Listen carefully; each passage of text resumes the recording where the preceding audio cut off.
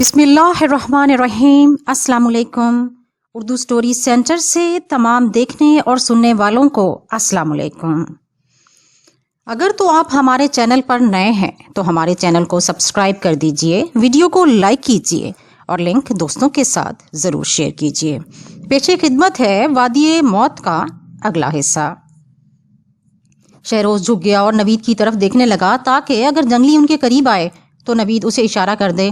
یہاں اندر تک کھانے کی مہک پھیلی ہوئی تھی اور دھواں چھت تک بھرا ہوا تھا۔ اس شخص کو دیکھتے ہی نوید کے عضلات پھڑکنے لگے۔ وہ پرعزم انداز میں ان کی طرف آ رہا تھا۔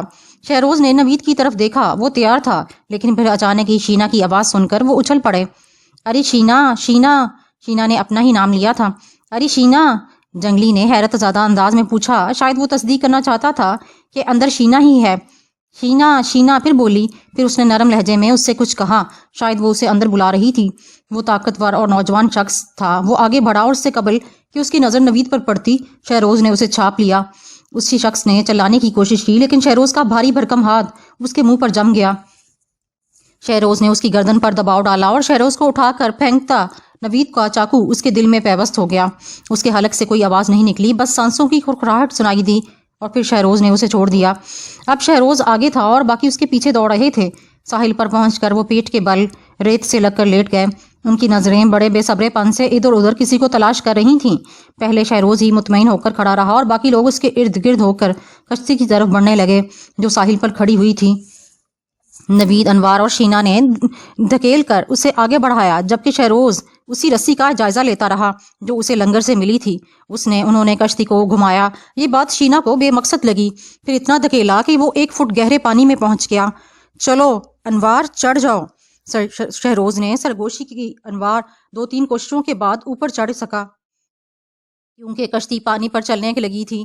انوار بمشکل اوپر چڑھا تھا۔ اس کے بعد وہ تینوں بآسانی کشتی پر سوار ہو گئے۔ کشتی آہستہ آہستہ ساحل سے دور ہونے لگی۔ پھر چاروں پتوار ایک ساتھ چلے اور کشتی کی رفتار بڑھنے لگی۔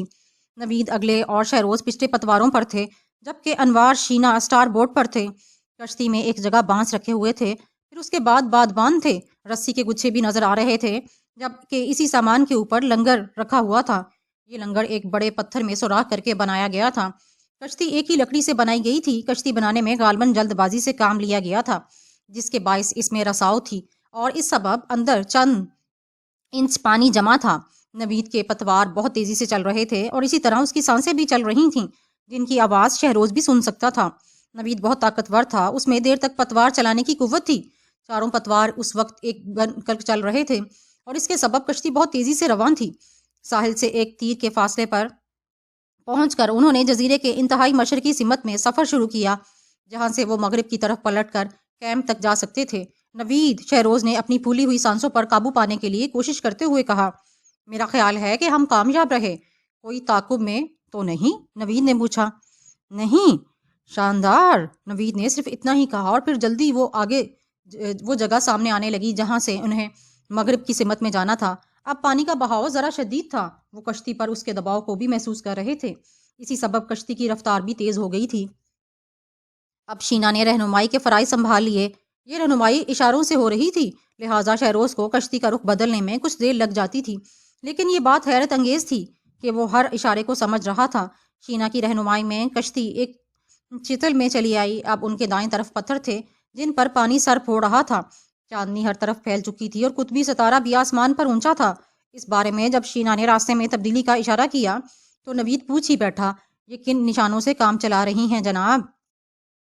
پتہ نہیں، ممکن ہے کہ جزیرے کی حیت اور آسمان کی کیفیت کے اعتبار سے راستہ تلاش کر رہی ہوں، شہروز نے جواب دیا۔ ویسے میرا خیال ہے کہ کچھ دیر بعد ہم گاؤں والوں کی پہنچ سے دور بھاگ جائیں گے۔ خدا کا شکر ہے کہ راستہ دکھانے کے لیے یہ لڑکی مل گئی، نوید نے ایک طویل سانس لے کر کہا۔ نوید کا کہنا درست تھا، کیونکہ اس آبی راستے میں اتنے موڑ تھے کہ وہ بھول بھلائیوں میں پھنس سکتے تھے۔ پھر راستے میں زیر آب ایسی چٹانیں تھیں کہ اگر رہنما ان سے ناواقف ہو تو کشتی پہلے ہی موڑ پر اس سے ٹکرا جائے۔ یہ نوکدار چٹانیں پانی میں صرف چند انچ اندر تھیں۔ انہوں نے جب چکر مکمل کر لیا تو شہروز نے رکنے کا حکم دیا۔ انہوں نے پتوار اٹھا لیے اور آرام کرنے لگے۔ اب ان کے سامنے جزیرہ کا انتہائی شمالی حصہ تھا اور انہیں توقع تھی کہ جب یہ گم ہو جائے گا تو وہ پوری طرح محفوظ ہو جائیں گے اور پھر کیمپ کی طرف ان کا سفر شروع ہو جائے گا۔ انوار تم تھوڑا آرام کر لو، شہروز نے کہا اور اپنا پتوار سنبھالنے لگا۔ شینا اب ایک کھاڑی سے نکلنے میں ان کی مددگار تھی۔ یہاں پانی کی آواز سماعتوں کو متاثر کر رہی تھی۔ شینا کی نظر پانی پر تھی اور وہ مسلسل اشارے کر رہی تھی۔ شہروز اور نوید اس کے اشاروں پر بلا تاخیر عمل کر رہے تھے۔ اس طرح وہ چونے کی ایک پہاڑی کے قریب سے گزرے تو شہروز کام کر رہ گیا۔ سفر کا بدترین حصہ گزر چکا تھا۔ اب وہ شمالی حصے کے گہرے پانیوں میں تھے۔ لہروں کی وجہ سے کشتی بھی کبھی اٹھ رہی تھی اور کبھی تیزی سے بھاگنے لگتی۔ انہوں نے یہاں پہلی مرتبہ سمندر میں کشتی کی کیفیت کا احساس کیا۔ وہ زوردار لہروں کے مقابلے میں مستحکم لگ رہی تھی، لیکن اس کی حرکت جہازوں میں سفر کرنے والے ان ملاحوں کے لیے اجنبی تھی۔ بڑی خبیث کشتی ہے، انوار نے مسرت بھرے لہجے میں کہا۔ کیا خیال ہے نیکسن تک اسی میں سفر کیا جائے؟ اس نے نوید سے پوچھا۔ ممکن ہے کہ میں اس کشتی میں چاند تک کا سفر کر لیں، شہروز نے مسکراتے ہوئے جواب دیا، بشرطے کہ تم کیبن بوائے بن کر چلو۔ مجھے منظور ہے، بشرطے کہ آپ کپتان ہو، انوار نے کہکہا لگا کر جواب دیا۔ منظور؟ شہروز ہنس پڑا۔ اس دوران شینا بھی انہیں ہنستا بولتا دیکھ کر زیر لب مسکرانے لگی۔ پھر اچانک ہی کیمپ ان کی نظروں کے سامنے آ گیا۔ میرا خیال ہے کہ کیبن بوائے کو کیمپ میں جا کر بندوقوں کا جائزہ لینا چاہیے، نوید نے تجویز پیش کی۔ ٹھیک ہے، لیکن پہلے یہاں تو جگہ بنا لو ان کے رہنے کی، شہروز نے جواب دیا۔ اس پر انوار نے سب سامان ایک طرف رکھ دیا اور چند منٹ بعد اس کام سے فارغ ہو گیا۔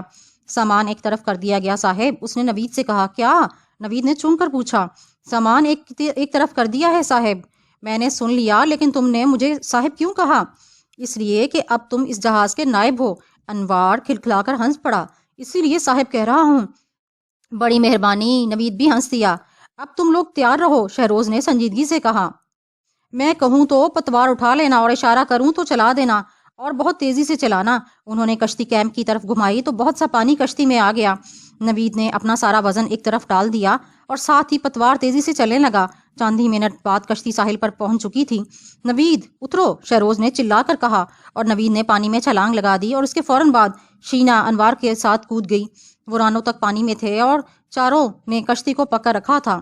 شہروز نے پستول عرصے پر رکھ کر لنگر اٹھایا اور پھر پانی میں ڈال دیا۔ کشتی ریت سے محض چند فٹ دور لنگر انداز ہو گئی۔ تم دونوں کشتی کی حفاظت کرو گے، شہروز نے شینا کی طرف اشارہ کر کے انوار سے کہا۔ کوئی بھی مشکوک بات دیکھو تو یہ سنو، ہوا میں فائر کر دینا۔ وہ نوید کے ساتھ ساحل پر جھاڑیوں میں گیا اور وہاں سے ارد گرد کا جائزہ لینے لگا۔ پھر محتاط انداز میں دونوں چلتے ہوئے اس جگہ پہنچ گئے جہاں اسلحہ دبا ہوا تھا۔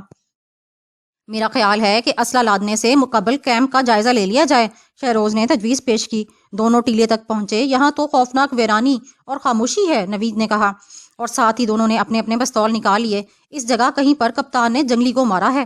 نوید آہستہ بات کرو، شہروز نے اس کا اونچا لہجہ دیکھ کر کہا۔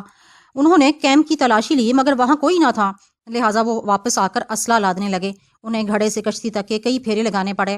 انوار یہ اسلحہ ایک طرف رکھتا رہا اور شینا بھی اس کی مدد کرنے لگی۔ جب سامان لادنے کا کام مکمل ہوا تو نوید نے رکھے ہوئے اسلحے کا جائزہ لیا۔ انوار نے واقعی پھرتی سے کم از کم جگہ میں اسلحہ رکھا تھا۔ میرا خیال ہے کہ کھاڑی سے گزرتے ہوئے ہمیں خوش قسمتی کی دعا کرنی چاہیے، نوید نے کہا۔ ہمیں اپنی زندگی بچانے کے لیے کوشش بھی کر سکتے ہیں نوید، شہروز بولا۔ اس درہ نما کھائی سے گزر گئے تو پھر جنگلیوں کا لقمہ بننے سے بچ سکیں گے، تب پھر چلیں۔ دن کی روشنی میں ابھی 2 گھنٹے باقی ہیں، شہروز نے جواب دیا۔ ہمیں تھوڑا وقت یہیں گزارنا چاہیے۔ میں ذرا ٹیلے کے عقب میں جا کر وہاں کا جائزہ لینا چاہتا ہوں، لیکن سمندری کیفیات بتا رہی ہیں کہ انوار اب اکیلے کشتی نہیں سنبھال سکتا صاحب، نوید نے 2 ٹوک انداز میں کہا۔ ویسے بھی اب کشتی میں وزن زیادہ ہے، تب پھر تم یہیں ٹھہرو، میں تنہا چلتا ہوں، آپ انوار کو ساتھ لے جائیں۔ نہیں، میں یہاں رہ کر خالی بندوقیں بھر سکتا ہوں، یہ کہہ کر شہروز ٹیلے کی طرف بڑھ گیا۔ مان ہی اسے شدید تھکن کا احساس ہوا، لیکن وہ چلتا رہا۔ ٹیلے پر پہنچ کر اس نے ارد گرد کا جائزہ لیا، پلٹ کر دیکھا، جھیل کا پانی چمک رہا تھا۔ پھر وہ اچانک ہی ایک عجیب سا خوف محسوس کرنے لگا۔ اسے مان ہی کپتان منوچر کا خیال آیا، ممکن ہے کہ وہ زندہ ہو۔ پھر جب ہم کشتی میں سوار ہو کر یہاں سے روانہ ہوں تو وہ چیختا چلاتا ساحل کی طرف دوڑے، ہم اس کی آواز نہ سن سکیں اور اسے چھوڑ کر چلے جائیں۔ شہروز نے پستول اٹھایا اور سایوں میں بڑھ گیا۔ وہ اس وقت بھی منوچر کے بارے میں سوچ رہا تھا۔ اسے شاہور کی آواز سنائی دی۔ شہروز چاندنی میں کھڑا ہوا تھا اور اسی لمحے اسے احساس ہوا کہ اس کے پاس صرف ایک موقع ہے۔ اس نے لبلبی دبا دی۔ چمک ضرور پیدا ہوئی لیکن گولی نہ چلی۔ غالباً پستول عرصے پر رکھنے سے جام ہو گئی تھی۔ یہ سب شہروز کے لیے ایک موت کا پیغام تھا۔ تمہاری گولی گیلی ہو گئی ہے شہروز، شاہور فاتحانہ انداز میں سائے سے نکل کر سامنے آ گیا۔ اس کے چہرے پر ظالمانہ مسکراہٹ تھی، لیکن بہرحال تم نے پھرتی کا شاندار مظاہرہ کیا ہے۔ شہروز کو یقین تھا کہ شاہور اسے زندہ نہیں چھوڑے گا، تو تم نے ایک کشتی حاصل کر ہی لی۔ میں تمہیں دیکھ رہا تھا، یہاں سے تو صاف نظر آ رہا تھا۔ مجھے اختر نے بتایا کہ تم کشتی چوری کرنے کا منصوبہ بنا چکے ہو۔ کوئی مشکل تو نہیں ہوئی؟ نہیں، شہروز نے جواب دیا۔ اس وقت اس کا ذہن بہت تیزی سے کام کر رہا تھا۔ لیکن مجھے افسوس ہے کہ تم اس کشتی سے فائدہ نہیں اٹھا سکو گے، شاہور نے اس بار تلخ لہجے میں کہا۔ کیا تمہیں کشتی چاہیے شاہور؟ تمہاری زندگی بخشنے کے عوض؟ نہیں شہروز، اگرچہ میں کشتی استعمال کر سکتا ہوں، لیکن میرے پاس اس سے بھی بہتر چیز ہے۔ تب پھر تم کیا چاہتے ہو؟ تمہیں قتل کرنا، شاہور نے جواب دیا۔ لیکن پہلے تمہیں لانگ بوٹ کے بارے میں بتاؤں گا۔ کیا مطلب؟ میں جانتا تھا کہ لانگ بوٹ بھی تباہ ہو چکی ہے اور وہ میرے قبضے میں ہے، شاہور نے انکشاف کیا۔ Long boat? ہاں، شاہور شہروز کی کیفیت سے لطف اندوز ہو رہا تھا۔ تم پاگل ہو شاہور، لانگ بوٹ تباہ ہو چکی ہے، یہ محض تمہاری سوچ ہے اور غلط سوچ ہے۔ تب پھر کشتی کہاں ہے؟ شہروز نے پوچھا۔ اس کے لہجے میں اس بار تجسس تھا۔ اس سوال پر شاہور نے زوردار قہقہا لگایا۔ نہیں شہروز، اس وقت یہ راز افشا نہیں کروں گا، لیکن جب تمہارے جسم میں میری گولی پیوست ہو چکی گی تو بتاؤں گا۔ اس کے بعد دوسروں سے بھی نپٹوں گا۔ شہروز نے پہلی بار دیکھا کہ شاہور پوری طرح کیل کانٹوں سے لیس ہے۔ اس کی پشت پر 4 بندوقیں تھیں، ہر کندھے پر 2 تھیں۔ وہ سوچنے لگا کہ ایک بندوق اس کی اپنی ہے، 2 اس نے اختر سے لی ہوں گی اور اس طرح سے 3 ہو گئیں۔ چوتھی بندوق کہاں سے آئی؟ 4 پستول تھے، اس کا مطلب ہے کہ وہ دوسروں سے نمٹنے کے لیے پوری طرح تیار ہیں۔ لیکن اس میں کمزوری یہ تھی کہ وہ پوری طرح سے سچ نہیں بول رہا۔ وہ سب سے نمٹ سکتا تھا، لیکن انوار کو قتل کرنا اس کے بس کی بات نہ تھی۔ انوار پر تو اس کا ہاتھ بھی نہیں اٹھ سکتا تھا۔ شاہور، تم جھوٹ بول رہے ہو۔ نہیں، اس نے سر کو جنبش دی۔ تم انوار کو قتل نہیں کر سکو گے، لڑکے کی بات نہ کرو۔ شاہور کا تیز لہجہ اس امر کی دلیل تھا کہ شہروز کا نشانہ بالکل ٹھیک لگا تھا۔ شاہور، شہروز نے سکون کی سانس لی۔ کم از کم اب انوار کی طرف سے اسے فکر نہ تھی۔ ہتھیار رکھ کر سکون سے بات کرو، اس نے اس بار پر اعتماد لہجے میں کہا۔ بات؟ کیسی بات؟ میں تو تمہیں قتل کرنا چاہتا ہوں اور اس موضوع پر کوئی بات نہیں ہو سکتی۔ لیکن انوار، بات اس وقت کرنی تھی جب تم مجھے کیمپ سے بے دخل کر رہے تھے۔ اب میرا ذہن تیار ہے، میں تیار ہوں۔ میں تمہیں گولی مار کر یہیں کیڑے مکوڑوں کی خوراک بننے کے لیے چھوڑ دوں گا۔ تم نے سوچ کر ہی غلطی کی تھی کہ شاہور ختم ہو گیا ہے، اب کبھی واپس نہیں آئے گا۔ تم اپنی حرکتوں کی وجہ سے بے دخل کیے گئے تھے شاہور۔ نہیں، تم نے مجھے لات ماری تھی اور مجھے بارود نہ دے کر آدم خوروں کا لقمہ بننے کے لیے چھوڑ دیا تھا، لیکن میں نے بہرحال بارود حاصل کر لیا۔ دیکھو، یہ کہتے ہوئے شاہور نے بائیں ہاتھ سے زوردار تھپڑ مارا جو شہروز کے چہرے پر لگا۔ یہ ضرب زوردار اور شدید تھی۔ شہروز کو ایسا لگا جیسے اس ضرب کا اثر دانتوں پر ہوا ہے۔ شہروز کا نچلا لب ہلنے لگا۔ یہ غصے سے بھی زیادہ کوئی شدید جذبہ تھا۔ بات صاف تھی، شاہور شہروز کو قتل کرنے کے در پہ تھا، لیکن اسے یہ علم نہ تھا کہ شہروز اور دوسروں کو قتل کرنے کے بعد وہ جنگلیوں کا مقابلہ کرنے کے لیے تنہا رہ جائے گا۔ ویسے تم دوسروں سے سمجھدار نکلے۔ جنگلیوں نے جب تمہارے کیمپ پر حملہ کیا تو تم کیمپ میں نہیں تھے۔ کیا اس آدم خورنی نے تمہیں اس حملے سے خبردار کر دیا تھا؟ شاہور کا لہجہ زہر گون تھا۔ تب بھی شہروز کو یہ خیال آیا کہ یا تو وہ شاہور پر حملہ کر کے بے بس کر دے یا پھر گولی کھانے کا انتظار کرے۔ بتاؤ نا، کیا تمہیں اس عورت نے بتایا تھا کہ حملہ ہونے والا ہے؟ شاہور نے ایک اور قدم آگے بڑھ کر پوچھا۔ نہیں بولو گے؟ لیکن جب گولی میں تمہارے جسم میں اتاروں گا تو تم خود بولنا شروع کر دو گے۔ تم مجھ سے فریاد کرو گے کہ تمہیں اس درد سے بچانے کے لیے میں تمہارے دل میں گولی ماروں۔ اسی لمحے ساحل سے گولی چلنے کی آواز آئی۔ شہروز چونک پڑا۔ سنو، اس نے سرسراتے ہوئے لہجے میں کہا۔ ہاں، گولی چلی ہے، لیکن اس قسم کی چالوں سے تم میرا دھیان نہیں ہٹا سکتے۔ ان جملوں کے باوجود اس کے لہجے میں تجسس تھا کہ گولی کیوں چلی ہے۔ ادھر شہروز کو احساس تھا کہ یہ اشارہ ہے، مگر انہوں نے گولی چلا کر اسے کیوں بلایا ہے؟ کیا منوچر مل گیا؟ اسے یقین تھا کہ جب وہ ساحل پر نہیں پہنچے گا تو نوید اس کی تلاش میں ادھر ہی آئے گا۔ تب شاہور کی توجہ نوید کی طرف ہو جائے گی اور وہ شاہور کی طرف لپک سکے گا، یا پھر نوید ہی شاہور کو گولی مار دے گا۔ اس کے لیے شہروز کو مہلت درکار تھی تاکہ نوید یہاں تک پہنچ سکے۔ اس کا طریقہ صرف یہ تھا کہ شاہور کو باتوں میں لگایا جائے۔ ویسے وہ چڑیل ہے بہت خوبصورت، شاہور بولا۔ میں اسے قتل نہیں کروں گا، اسے ساتھ ساتھ رکھوں گا۔ شاہور خود ہی شہروز کی حکمت عملی پر کام کرنے لگا۔ شاید وہ فی الوقت گولی چلا کر اسے قتل کرنے کے بجائے اس سے زیادہ لطف لینا چاہ رہا تھا۔ اس لمحے ساحل سے دوسری گولی چلنے کی آواز آئی۔ اس وقت شہروز کو احساس ہوا کہ یہ سگنل نہیں ہے۔ وہ ایک قدم آگے بڑھا تو شاہور نے پستول اس کی پسلیوں پر رکھ دیا۔ جہاں ہو وہیں ٹھہرے رہو، اس نے غرا کر کہا، مجھے جانے دو شاہور۔ شہروز بولا، وہاں انوار بھی ہے، لڑکی بھی ہے اور نوید بھی، شاید وہاں کوئی گڑبڑ ہو گئی ہے۔ میں تمہیں ہرگز نہیں جانے دوں گا، میں واپس آ جاؤں گا شاہور، شہروز نے وعدہ کیا۔ یہ وقت ہم میں سے کسی کے بھی مرنے کا وقت نہیں، سنو تم بھی میرے ساتھ چلو۔ اس مرحلے پر شاہور فیصلہ کرنے یا نہ کرنے کی کشمکش سے دوچار ہو گیا۔ شاید وہ خوفزدہ بھی تھا، یہ خواہش بھی تھی کہ شہروز کو قتل کر کے ساحل پر جائے اور ماسٹر بن جائے۔ دوسری طرف یہ خوف تھا کہ اگر وہ نوید اور انوار کے پاس پہنچ گیا اور اس نے شہروز کو قتل کر دینے کا اعلان کیا تو رد عمل بھی ہو سکتا ہے۔ نوید کی سرش سے وہ اچھی طرح واقف تھا۔ انہی سوچوں میں گم شاہور کی توجہ ایک لمحے کے لیے شہروز سے ہٹی۔ یہ موقع شاید پھر کبھی نہ آئے، شہروز نے سوچا۔ وہ اچھلا، گولی چلی اور اس کے بائیں بازو کے نیچے سے گزر گئی۔ شاہور نے دوسرا پستول نکالنا چاہا لیکن اس بار شہروز نے اس کے سر پر زوردار ہنٹر مارا۔ شاہور کڑاہ کر دوہرا ہو گیا۔ شہروز کی دوسری کاری ضرب شاہور کے شانے پر لگی اور بائیں ہاتھ شانے کو دبوچ لیا۔ اسی اثنا شہروز نے پستول سے شاہور کے چہرے پر ضرب لگائی۔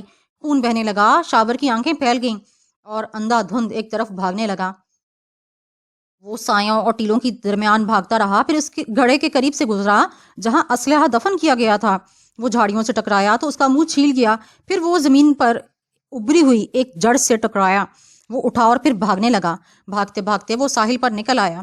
پھر اچانک ہی اس کی نظر ریت پر پڑے ہوئے ایک جسم پر پڑی اور پہلے ہی لمحے اسے یقین ہو گیا کہ وہ لاش دیکھ رہا ہے۔ شہروز جب کشتی سے گیا تو نوید بندوقیں رکھنے کے لیے انوار کا ہاتھ بٹانے لگا۔ اس کے بعد وہ لنگر کی رسی کا معائنہ کرنے لگا۔ جب اسے یقین ہو گیا کہ کشتی بہترین پوزیشن میں ہے تو اس نے دونوں پستول پیٹی میں اڑ لیے۔ اسی وقت انوار ساحل پر زیادہ دور نہ تھا۔ شینا جو ان ہتھیاروں سے خوفزدہ تھی ریت پر تھی، اور جب نوید اس کے قریب سے گزرتے ہوئے مسکرایا تو وہ بھی شرمیلے انداز میں مسکرانے لگی۔ کوئی مسئلہ تو درپیش نہیں ہوا انوار؟ نوید نے لڑکے سے پوچھا جو بارود کے ایک ڈبے کا ڈھکن اٹھا رہا تھا۔ نہیں، انوار نے مسکرا کر جواب دیا۔ تب پھر حالات کا جائزہ لے کر آتا ہوں، نوید نے کہا۔ وہ دائیں طرف بڑھ گیا۔ اسے احساس تھا کہ بقا کے امکانات اب بڑھ گئے ہیں۔ کچھ دور جا کر وہ بیٹھ گیا۔ اسے شہروز پر اعتماد تھا۔ اسے یقین تھا کہ یہ کشتی اور شہروز کی رہنمائی انہیں کسی دوسرے مگر محفوظ جزیرے تک لے جا سکتی ہے، جہاں وہ اپنے اوزاروں کی مدد سے ایک نسبتاً بڑی کشتی بنا سکتے ہیں جس میں وہ سمندر کا سفر کر سکیں گے۔ اسے یقین تھا کہ کشتی بنانے کے کام میں شینا بھی ان کی مدد کر سکے گی۔ تب بھی اسے خیال آیا کہ شہروز اس لڑکی کو قتل کرنے کے در پہ تھا، کیونکہ جب وہ کشتی حاصل کرنے کے لیے گئے تو کشتی اپنی جگہ موجود نہیں تھی۔ اس وقت خود نوید کو بھی یہی شبہ تھا کہ شینا نے غداری کی ہے، لیکن جب اس کی نظریں کشتی پر پڑیں تو اس کے سارے شکوک دور ہو گئے۔ اس نے فوراً انوار کو شہروز کے پاس بھیج دیا۔ اس نے ایک طویل سانس لی۔ شہروز کو گئے 2 گھنٹے گزر چکے تھے۔ وہ اس سمت میں دیکھنے لگا جس سمت میں شہروز گیا تھا، مگر وہاں کچھ نہیں تھا۔ اس نے کشتی کی طرف دیکھا۔ انوار کسی بندوق کی صفائی یا اسے بھرنے میں مصروف تھا اور شینا اس کے قریب کھڑی ہوئی تھی۔ اچانک نوید کو یہ احساس ہوا کہ کوئی ان دونوں کی طرف بڑھ رہے ہیں۔ اس نے پستول پر ہاتھ رکھ لیا۔ اس کی چھٹی حس کہہ رہی تھی کہ بڑھنے والا کوئی جنگلی ہے، نہ ہی شہروز، کیونکہ شہروز اس طرح چوری چھپے نہیں آتا۔ ممکن ہے یہ شاہور ہو۔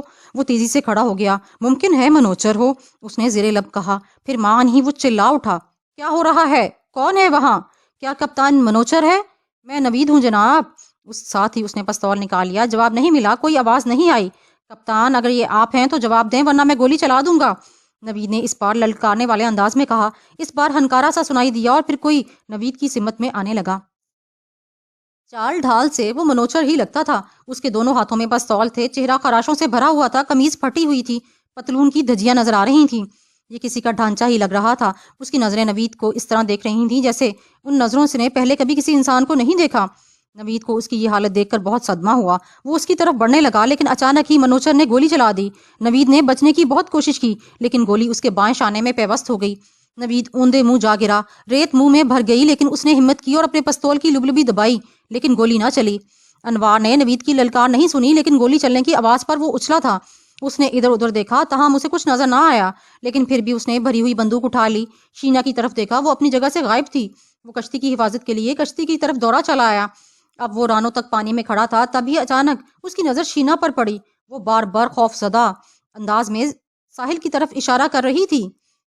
اچانک انوار کو احساس ہوا کہ نوید کسی خطرے سے دوچار ہے۔ وہ اسے پکارتا ہوا دوڑنے لگا۔ اس کی آواز منوچر نے بھی سن لی۔ وہ نوید کو چھوڑ کر پلٹا۔ اسے انوار نظر آیا۔ پیچھے بھاگو، نوید نے بامشکل اٹھتے ہوئے کہا۔ وہ انوار کو خبردار کر رہا تھا۔ اب زخم میں تکلیف بھی ہونے لگی تھی اور خون سے قمیض تر ہو گئی تھی۔ انوار کشتی کی طرف بھاگ جاؤ، اس نے پھر چلا کر کہا۔ اس کی آواز سن کر انوار کی رفتار کم ہو گئی، لیکن نوید کا دوسرا جملہ پستول کی گھن گرج میں دب گیا۔ منوچر نے اپنے دوسرے پستول سے گولی چلائی، وہ انوار کے سینے میں پیوست ہو گئی، وہ ڈگمگا گیا اور پھر گر گیا۔ انوار کو گرتا دیکھ کر نوید کسی زخمی شیر کی طرح دھاڑا، اس نے پوری قوت سے کام لیتے ہوئے پستول منوچر کو دے مارا۔ انوار کا انجام دیکھ کر وہ اپنا درد بھول چکا تھا، وہ تو جنونی انداز میں منوچر کی طرف لپک رہا تھا۔ اس کا پستول منوچر کے چہرے پر لگا، منوچر گرنے ہی والا تھا کہ کسی شیر کی مانند لپکتے ہوئے نوید نے اسے دبوچ لیا۔ اس نے پوری قوت سے منوچر کے سر پر ضرب لگائی، کپتان بہت زور سے چلایا، لیکن اسی لمحے اس پر دوسری ضرب لگی اور پھر اس کے بھاری بھرکم ہاتھ کی انگلیاں منوچر کے چہرے پر جم گئیں، چہرہ مسخ ہو گیا، جگہ جگہ سے پھٹ گیا۔ پھر جب منوچر گرا تو اس کی آنکھیں بے جان ہو چکی تھیں۔ نوید نے منوچر کو سیدھا کر کے اس کے سینے پر کان رکھا، مگر وہاں کسی قسم کی کوئی دھڑکن نہیں ہوئی تھی۔ نوید گھٹنوں کے بل چلتا ہوا انوار کی طرف آیا، پہلی ہی نظر میں اسے اندازہ ہو گیا تھا کہ انوار مر چکا ہے۔ اس کی آنکھوں میں آنسو آ گئے، تب بھی درد کی ایک زوردار لہر اس کے زخم میں پیدا ہوئی۔ اس نے قمیص کا ایک ٹکڑا پھاڑ کر زخم پر لپیٹ لیا، بازو اب سن ہونے لگا تھا اور خون بہے جا رہا تھا۔ اس نے ایک بار پھر منوچر اور انوار کی لاشوں کو دیکھا۔ کیا میں اس لیے زندہ تھا کہ کپتان کو اپنے ہاتھوں سے مار ڈالوں اور اس پیارے سے لڑکے کو اپنی آنکھوں کے سامنے مرتا ہوا دیکھ سکوں؟ وہ سوچنے لگا۔ اسی وقت آہنی اعصاب کا یہ پیکر بہت کمزور اور دکھی نظر آ رہا تھا۔ پھر کچھ سوچ کر اس نے منوچر کی لاش اٹھائی اور کشتی کی طرف جانے لگا۔ مان ہی اسے گولی چلنے کی آواز سنائی دی۔ اس نے پلٹ کر ٹیلے کی طرف دیکھا، لیکن پھر چلتا رہا۔ وہ کشتی کے قریب پہنچ گیا، جہاں شینا منوچر کی لاش کا کھلا منہ دیکھ کر دہشت زدہ رہ گئی۔ لاش کو رکھ کر وہ انوار کی طرف چل دیا۔ اس وقت وہ یہی سوچ رہی تھی، اس کا دل بھاری ہو گیا کہ انوار مر گیا ہے۔ ہم ابھی چند ہی قدم چلا تھا کہ ٹھٹک کر رک گیا۔ اسے دفعتاً ہی احساس ہوا تھا کہ اس کشتی کی بڑی اہمیت ہے۔ کشتی ہی زندگی سے ان کا واحد رابطہ ہے، اور یہ کہ کشتی ہر قیمت پر اس کی حفاظت کی جانی چاہیے۔ اگلے ہی لمحے وہ کشتی کی طرف پلٹ رہا تھا۔ کشتی پر پہنچنے کے بعد اسے احساس ہوا کہ بندوقیں بھی زندگی کے لیے بے حد اہمیت کی حامل ہیں۔ اس نے بندوقوں کو بازوؤں سے بھر کر اٹھایا اور انہیں منوچر کی لاش کے قریب رکھ دیا۔ اس وقت اس کے زخم میں شدید ترین ٹیسیں اٹھ رہی تھیں۔ پھر وہ شینا کی طرف پلٹا، وہ نہ جانے کیا سمجھ کر تیزی سے جانے لگی، مگر نوید نے اس کا بازو تھام لیا۔ یہیں ٹھہرو، اس کے لہجے میں غصہ تھا۔ پھر اس نے ٹیلے کی طرف اشارہ کر کے یہ سمجھانا چاہا کہ شہروز اس سمت سے واپس آئے گا، لیکن شینا کچھ نہ سمجھ سکی۔ اسے نوید کے چہرے پر دکھ، کرب اور ویرانی نظر آئی تھی۔ اس کے زخم سے اب بھی خون بہہ رہا تھا۔ پھر شاید اسے یقین ہو گیا کہ نوید شہروز کو چھوڑ کر کہیں نہیں جائے گا۔ اس نے گردن ہلا دی۔ نوید ایک لمحے تک اسے یوں ہی پکڑے کھڑا رہا، لیکن پھر چھوڑ کر آگے بڑھ گیا۔ اس نے لنگر اٹھایا، اسے عرشے پر ڈالا اور پھر مستول ہی کے قریب کھڑا ہو کر اس نے شینا کو آواز دی۔ قسمت نوید کے ساتھ تھی، وہ تنہا کشتی میں پانی میں نہیں لے جا سکتا تھا۔ کشتی شینا اور اس کی اجتماعی کوشش کے بعد اتھلے پانی میں گئی۔ شینا بڑی پھرتی سے کشتی پر چڑھی، اس نے پتوار سنبھال لیا اور محض 2 مرتبہ پتواروں کی حرکت کشتی کو پانی میں لے گئی۔ نوید بھی کشتی پر چلا آیا، اس نے قدرے دور پانی ہی میں کشتی کو لنگر انداز کیا، پھر دونوں ایک ساتھ بیٹھ کر ساحل کی طرف دیکھنے لگے۔ نوید کے زخم میں اس وقت ناقابل برداشت درد ہو رہا تھا۔ شہروز نے پہلے انوار کی لاش اور پھر سر اٹھا کر کشتی کی طرف دیکھا، جو ساحل سے اب قدرے دور تھی۔ آسمان پر زرد چاند کو ایک سفید بادل نے چھپا رکھا تھا۔ شہروز کو یہ فکر نہ تھی کہ نوید کہاں غائب ہے، وہ تو صرف انوار کے بارے میں سوچ رہا تھا۔ وہ لاش کے قریب بیٹھ گیا، اس نے سر گود میں رکھ لیا۔ انوار کی ایک آنکھ میں ریت بھری ہوئی تھی، اس نے ریت صاف کی اور پھر انوار کی آنکھیں ہمیشہ کے لیے بند کر دیں۔ اس نے انوار کے سینے کا معائنہ کیا، زخم سے خون بہہ رہا تھا اور قریب زمین میں بھی خون آلود تھی۔ اس نے ایک طویل سانس لی اور لاش کو سینے سے لگا لیا۔ چند لمحے بعد اس نے لاش پھر لٹا دی۔ اس دوران اسے انوار کے چاقو کی پیٹی کا احساس ہوا۔ اس نے بڑی احتیاط سے اتار کر اپنے کمر پر باندھ لی اور چاقو قمیض میں ڈال لیا۔ اسے اندازہ نہ تھا کہ وہ کیا کر رہا ہے۔ وہ اسی کیفیت میں چلتا ہوا اس جگہ سے پہنچ گیا جہاں نوید اور منوچر کے درمیان لڑائی ہوئی تھی۔ یہاں اسے مزید خون نظر آیا، قدموں کے بھی نشانات تھے جن پر وہ چلنے لگا، اور اس طرح ایک بار پھر انوار کی لاش تک پہنچ گیا۔ تب بھی جھیل کی طرف سے بندوق چلنے کی آواز سنائی دی۔ وہ آواز کی طرف پلٹا اور ساحل پر پانی کے قریب کھڑا ہو گیا، یہاں اسے نوید نے دیکھ کر آواز دی۔ شہروز خاموش رہا اور غالباً اس وجہ سے نوید نے شینا سے کچھ اشارے کیے۔ دونوں نے پتوار سنبھال لیے اور کشتی شہروز کے قریب لے آئے۔ شہروز نے ہاتھ بڑھا کر کشتی کو خشکی پر لانے میں مدد دی۔ اسی اثنا میں نوید نیچے کود آیا۔ تم نے انوار کو دیکھا ہے؟ اس کا پہلا سوال یہی تھا۔ ہاں، یہ کہتے ہوئے اس کی نظریں کشتی سے نظر آنے والی لاش پر تھیں۔ یہ منوچر کی لاش تھی۔ لڑکے کو کپتان نے قتل کیا، نوید نے دکھ بڑے لہجے میں کہا، اور پھر میں خود پر قابو نہ پا سکا اور میں نے منوچر کو قتل کر دیا۔ شہروز نے کشتی پر جا کر منوچر کی لاش دیکھی۔ کپتان کی لاش دیکھ کر اسے عجیب دکھ ہوا، لیکن اس بنیادی دکھ میں کمی یا اضافہ نہ ہوا جو انوار کی لاش دیکھ کر ہوا تھا۔ اسے صرف یہ خواہش تھی کہ سارے واقعات اسے معلوم ہو جائیں۔ لیکن پھر اس نے سر جھٹک کر لاشیں ٹھکانے لگانے کا فیصلہ کیا۔ وہ لاشیں اٹھا کر ساحل پر جھاڑیوں میں لائے۔ وہاں انہوں نے گھڑا کھودا اور پھر انہیں جو بھی دعائیں یاد تھی وہ پڑھتے ہوئے انہیں سپرد خاک کر دیا۔ لیکن اس سے قبل کہ شہروز انوار کا چاقو اس کے خون پر بھرے سینے پر رکھنا نہیں بھولا۔ پیٹی جو نوید نے بنا کر انوار کو دی تھی خود نوید نے انوار کی لاش پر رکھی۔ وہ اس کام سے فارغ ہوئے تو چاند بدلی کی اوٹ سے نکلا۔ انہوں نے فوراً سفر شروع کرنے کا فیصلہ کیا۔ صبح سویرے کے قریب وہ درے نما کھاڑی سے گزرے جہاں پانی کا جوش بھی زیادہ تھا۔ اس جوش کو دیکھ کر یقیناً کوئی بھی خوفزدہ ہو سکتا تھا۔ شہروز اس وقت بالکل خاموش اور برف کی طرح سرد تھا۔ یہ سردی اس کے دل تک میں تھی، پھر بھوک اور تھکن کے باعث بھی نڈھال تھا۔ وہ انوار کے بارے میں سوچے جا رہا تھا۔ شہروز اسٹرن والے حصے میں پتوار چلا رہا تھا اور اس کے ذہن میں یہ بات تھی کہ سب کچھ ختم ہو چکا ہے۔ نوید کے پتوار بڑی تیزی سے چل رہے تھے۔ پھر اس نے شینا کو دیکھا اور شینا پر نظریں ملانے کی کوشش کی۔ میں شہروز 4 مرتبہ صحیح طریقے سے پتوار نہیں چلا سکا۔ شینا نے بھی ہاتھ روک دیا۔ وہ بھی شہروز کو ہی دیکھ رہی تھی۔ تب ہی شہروز کو احساس ہوا کہ وہ اتنا شکست خوردہ نہیں، شینا اس کے ساتھ ہے۔ اسی خیال کے تحت اس میں ایک نیا جوش اودھ کر آیا۔ اس نے پوری قوت سے پتوار چلانے شروع کر دیے۔ اس وقت وہ جس جگہ سے گزرے تھے وہاں کا پانی تنگ نہر کے پانی سے زیادہ چوڑا نہ تھا، جہاں جوش بھی تھا اور پانی کی غضبناک آوازیں بھی۔ آؤٹ رگڑ پانی میں پوری طرح ڈوبا ہوا تھا اور تیز ہوا کے باعث ان کے کانوں میں درد ہو رہا تھا۔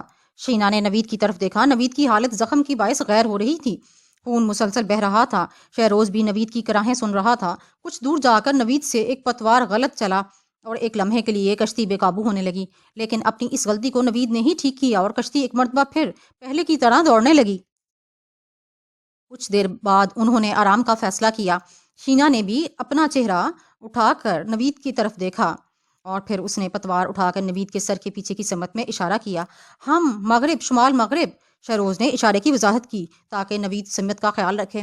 پہلے تو ذرا اسے بھی ہوا نہ تھی اور اس مقام پر جہاں سمندر اور آسمان مل رہے تھے گہرے بادلوں کا ڈھیر سا لگا ہوا تھا۔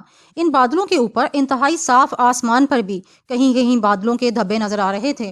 مشرق میں مقام طلوع آفتاب پر ایک ستارہ چمک رہا تھا جس کی رنگت سرخی مائل پیلی تھی۔ اس ستارے کی چمک کے سامنے چاند کی چمک مان پڑ رہی تھی۔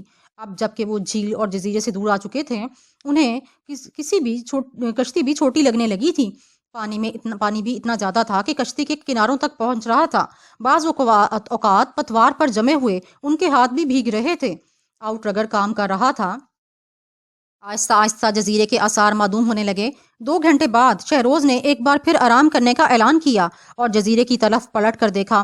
فاصلہ زیادہ ہونے کے باعث جزیرے کی ہریالی اب قدرے ہلکے نیلے رنگ کی نظر آ رہی تھی۔ شہروز کو علم تھا کہ کچھ اور دور جا کر جب وہ پلٹ کر دیکھے گا تو یہ نیلاہٹ بھورے پن میں بدل جائے گی اور پھر جزیرہ نظروں سے اوجھل ہو جائے گا۔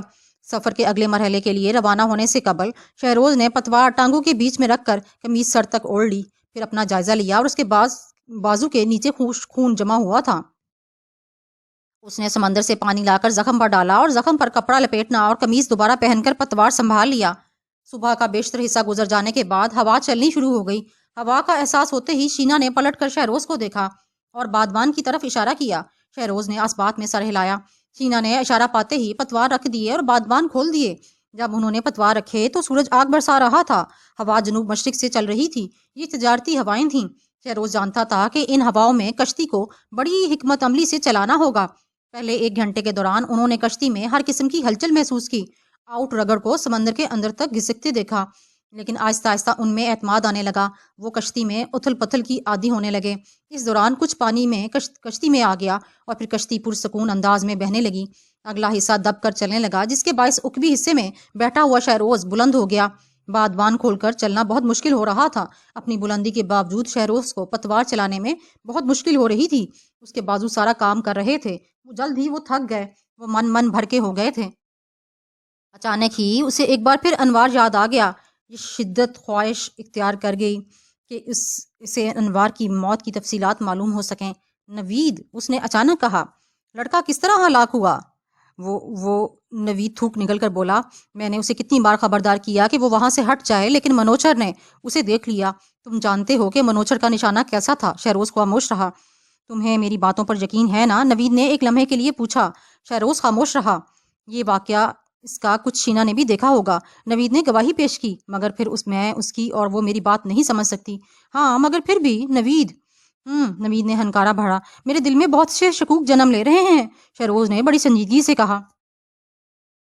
تم نے لڑکی پر بھی شبہ کیا تھا اور مجھ پر بھی شبہ کر رہے ہو۔ میرا یہی خیال تھا۔ وہ کیا خیال تھا؟ یہی کہ تم مجھ پر شک کرو گے، اور اسی باعث میں نے فیصلہ کیا تھا کہ اگر ایسی کوئی صورتحال پیدا ہوئی تو میں تم سے الگ ہو جاؤں گا۔ نوید نے عجیب سے لہجے میں جواب دیا۔ الگ؟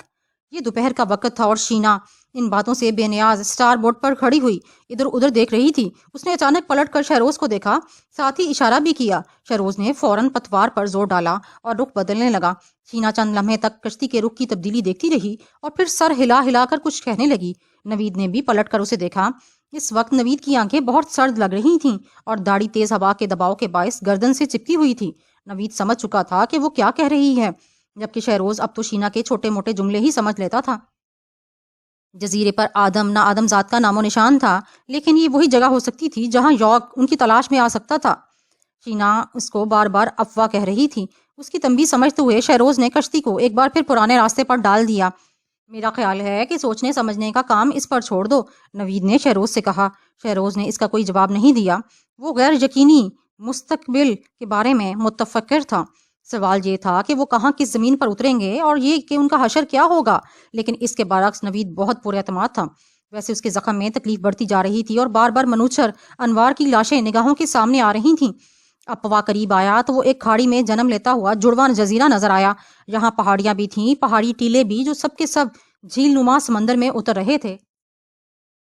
پھر ایک جزیرے پر ان کی نظر پڑی۔ یہ قدرے بڑا جزیرہ تھا، لیکن وہ جلد ہی رات کی تاریکی میں گم ہو گیا۔ شینا نے سورج ڈھلتے ہی انہیں شمال مغرب میں چلنے کا اشارہ کیا۔ تاریکی چھا جانے کے ساتھ ہی ہوا کی شدت بھی کم ہو گئی۔ انہوں نے بادبان اتار لیے اور جو ہی رات کی خنکی نے ان کے جسموں کو چھوا، انہیں اندازہ ہو گیا کہ دن بھر کے تپتے ہوئے سورج نے ان کے جسموں پر کیا اثرات چھوڑے ہیں۔ ایسا لگ رہا تھا جیسے ان کے بدن کی کھال پھٹ جائے گی۔ نوید کا زخم جو دھوپ کے باعث سوکھ گیا تھا، رات کو پتوار چلاتے ہوئے پھر کھل گیا اور خون بہنے کے باعث نوید پر نکاہت طاری ہونے لگی۔ وہ بامشکل پتوار چلاتا رہا، اس کی کراہیں نکل رہی تھیں، لیکن وہ انہیں ہنکاروں میں بدل رہا تھا تاکہ دوسروں کو اس کے درد کا احساس نہ ہو۔ وہ اپنی کمزوری اور نکاہت پر قابو پانے کی جدوجہد کرتا رہا۔ وہ ہر قیمت پر شہروز سے اپنا درد چھپانا چاہتا تھا۔ خنک رات نے انہیں اپنی آغوش میں لیا تو آرام کرنے کی خواہش بھی اود کر آئی۔ نوید نے پتوار رکھ کر شہروز سے اس خواہش کا اظہار کرنے میں پہل کی۔ شہروز نے شینا کو دیکھا جو ان کے درمیان میں بیٹھی ہوئی تھی۔ وہ باری باری دونوں کو گردن گھما کر دیکھنے لگی۔ پھر شینا اٹھی اور مسکراتی ہوئی کشتی سے اتر گئی۔ وہ 15 منٹ بعد واپس آئی تو گھپ اندھیرا چھا چکا تھا اور شینا کے لیے اس اندھیرے میں کشتی میں چڑھنا ناممکن بات تھی، لیکن شہروز اور نوید دونوں نے اسے اوپر کھینچ لیا۔ شینا کو اوپر کھینچتے ہوئے مان ہی شہروز کی نظر نوید کے زخم پر پڑ گئی۔ گولی ابھی تک اندر ہی ہے نوید؟ یہ بات اس نے اس وقت پوچھی جب وہ کشتی دوبارہ کھینچنے لگے تھے۔ ہاں، نوید نے بظاہر بے پرواہی سے جواب دیا۔ لیکن گولی بہرحال نکلنی چاہیے۔ ساحل پر پہنچ کر نکلوا دوں گا، نوید نے کہا۔ اس رات وہ زیادہ دیر تک سفر کرتے رہے۔ کبھی کبھی آرام کرنے کی خاطر پتوار رکھتے، پانی پیتے اور پھر پتوار سنبھال لیتے۔ اب شہروز ستاروں کی مدد سے راستہ اختیار کر رہا تھا۔ صبح کی ہلکی روشنی کے ساتھ ہوائیں چلنے لگیں جن کے باعث کشتی کی رفتار تیز ہو گئی۔ پھر ایک جزیرہ ان کے سامنے آ گیا۔ یہاں ہریالی تھی، سبزہ تھا اور مناظر قدرت تھے۔ یہ جزیرہ ان کے مشرق میں تھا اور اسے بیکا جزائر کہا جاتا تھا۔ البیکا جزائر لوانٹینا اور ایپوا دونوں سے بڑا تھا۔ یہاں لوگ بھی تھے۔ یہ چھوٹے جزائر کے عظیم سردار جولیا کا وطن تھا۔ شینا دل ہی دل میں اس ہوا کا شکر ادا کر رہی تھی جو ان کی کشتی کو جزیرے سے دور لے آئی تھی۔ ان کی نظریں جن میں خوف بھرا ہوا تھا کسی کشتی کو تلاش کر رہی تھیں، اور اسے علم تھا کہ اگر سردار جولیا کی نظر ان پر پڑ گئی تو ان کا کیا حشر ہوگا۔ اس روز ان دونوں کو احساس ہوا کہ سمندری سفر میں رہنمائی کی جو صلاحیت شینا کے پاس ہے وہ غیر معمولی ہے۔ شاید انہیں علم نہ تھا کہ یہ علم شینا کے ورثے میں ملا ہے۔ اس کا تعلق کشتی بنانے والے خاندان سے ہے جو بچپن ہی سے سمندری سفر، ناخداؤں، ملاحوں اور کشتیوں کی کہانیاں سنتی رہی ہے۔ شینا نے اپنے والد کے ساتھ سمندر کے بہت سفر کیے اور اس روز شینا کی ایک اور غیر معمولی صلاحیت کا انکشاف ہوا۔ اس نے 2 مرتبہ انہیں خبردار کیا کہ تیز ہوائیں چلنے والی ہیں، حالانکہ اس وقت ہوا کا نام و نشان تک نہ تھا۔ لیکن انہوں نے 2 مرتبہ شینا کے کہنے پر بادبان چڑھا دیے۔ پھر دونوں مرتبہ انہیں احساس ہوا کہ اگر بادبان نہ چڑھائے تو ہوا کے جکھڑ کشتی کو نہ جانے کہاں سے کہاں لے جاتے۔ اس روز انہوں نے 3 مرتبہ کھانا کھایا۔ یہ کھانا خشک گوشت، بسکٹ اور اس خشک خوراک پر مشتمل تھا جو شینا ٹوکری میں لے کر آئی تھی۔ دن بھر سورج انہیں جلاتا رہا۔ کشتی میں بادبان کا سایہ اس تپش سے بچنے کے لیے ناکافی تھا۔ سب سے برا حال پیروں کا تھا جو مسلسل بھیگنے کے باعث نرم ہو گئے تھے، اور شہروز نے اپنے پیروں کی کھال ادھڑتی ہوئی دیکھی تھی۔ پنڈلی پر جو خراشیں تھیں وہ بھی بڑھتی جا رہی تھیں۔ رات ہونے سے قبل انہیں ایک ناریل بہتا ہوا نظر آیا، جسے کمال پھرتی سے شینا نے سمندر کی آغوش سے اچک لیا اور نوید کے چاقو کی مدد سے اسے کھول لی۔ اگرچہ کشتی پر پانی کا وافر ذخیرہ تھا، لیکن ناریل کا یہ پانی نیم گرم اور اس کا گودا ٹھنڈا تھا۔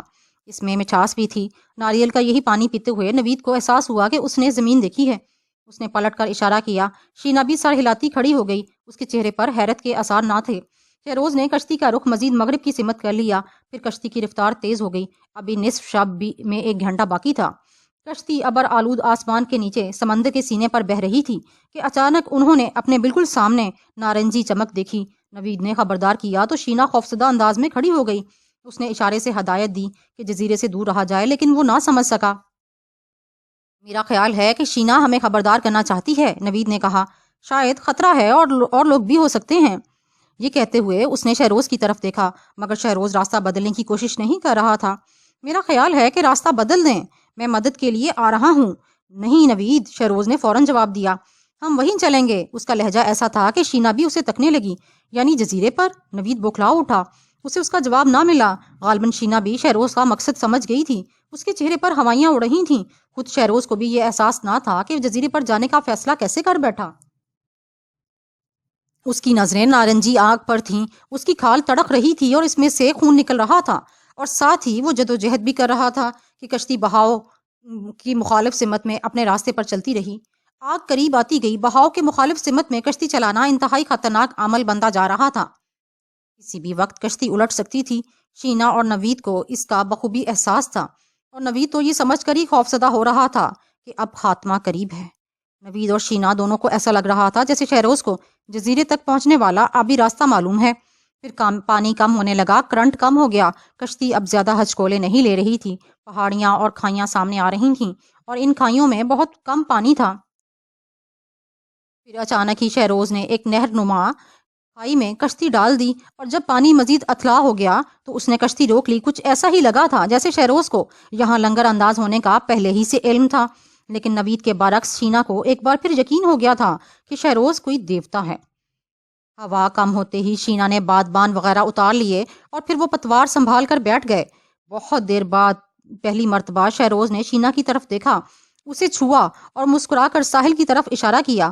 اب شینا کشتی کو ساحل تک پہنچانے کے لیے سرگرم ہو گئی۔ نوید پانی میں کود گیا۔ اس نے رسا پکڑ کر کشتی کنارے کی طرف کھینچنی شروع کر دی۔ اگرچہ وہ اس وقت بازوؤں میں تکلیف کے باعث آدموا ہو رہا تھا، لیکن اس نے کسی پر اپنی تکلیف ظاہر نہیں ہونے دی۔ پھر اس نے لنگر اٹھا کر خشکی پر ڈالا اور پلٹ کر دیکھنے لگا۔ شینا اور شہروز پانی سے باہر نکل رہے تھے۔ شینا دل ہی دل میں سوچ رہی تھی کہ یہ قیام خطرناک ہو سکتا ہے۔ انہیں اس جزیرے سے بہت دور جا کر رکنا تھا تاکہ یارک کے ساتھ وہاں تک نہ پہنچ سکیں۔ نوید یہ سوچ رہا تھا کہ شاید شہروز نے بازو سے گولی نکالنے کے لیے یہاں رکنے کا فیصلہ کیا ہے۔ ساحل پر پہنچنے سے قبل شہروز ایک بار لڑکھڑایا۔ وہ پہاڑی کے سائے میں نوید کو نہ دیکھ سکا، لہٰذا نوید نے اسے آواز دے کر اپنی طرف متوجہ کیا۔ ذرا ادھر تو آؤ۔ شہروز نے اسے شینا سے دور لے جانا چاہا۔ پھر جب وہ ایک طرف شینا سے قدرے دور پہنچ کر رک گئے تو نوید نے شہروز کی طرف دیکھا۔ وہ شہروز کے کسی جملے کا منتظر تھا، لیکن شہروز خاموش رہا۔ کیا بات ہے؟ نوید نے پوچھا۔ تم مت جاؤ نوید، شہروز نے عجیب سے لہجے میں عجیب سی بات کہی، جبکہ نوید اپنی جگہ پر موجود تھا۔ میں نہیں جاؤں گا، نوید نے بازو کے زخم میں اٹھنے والی ہولناک ٹیس کو بامشکل برداشت کرتے ہوئے کہا۔ تم نے انوار کو قتل کیا تھا نا نوید؟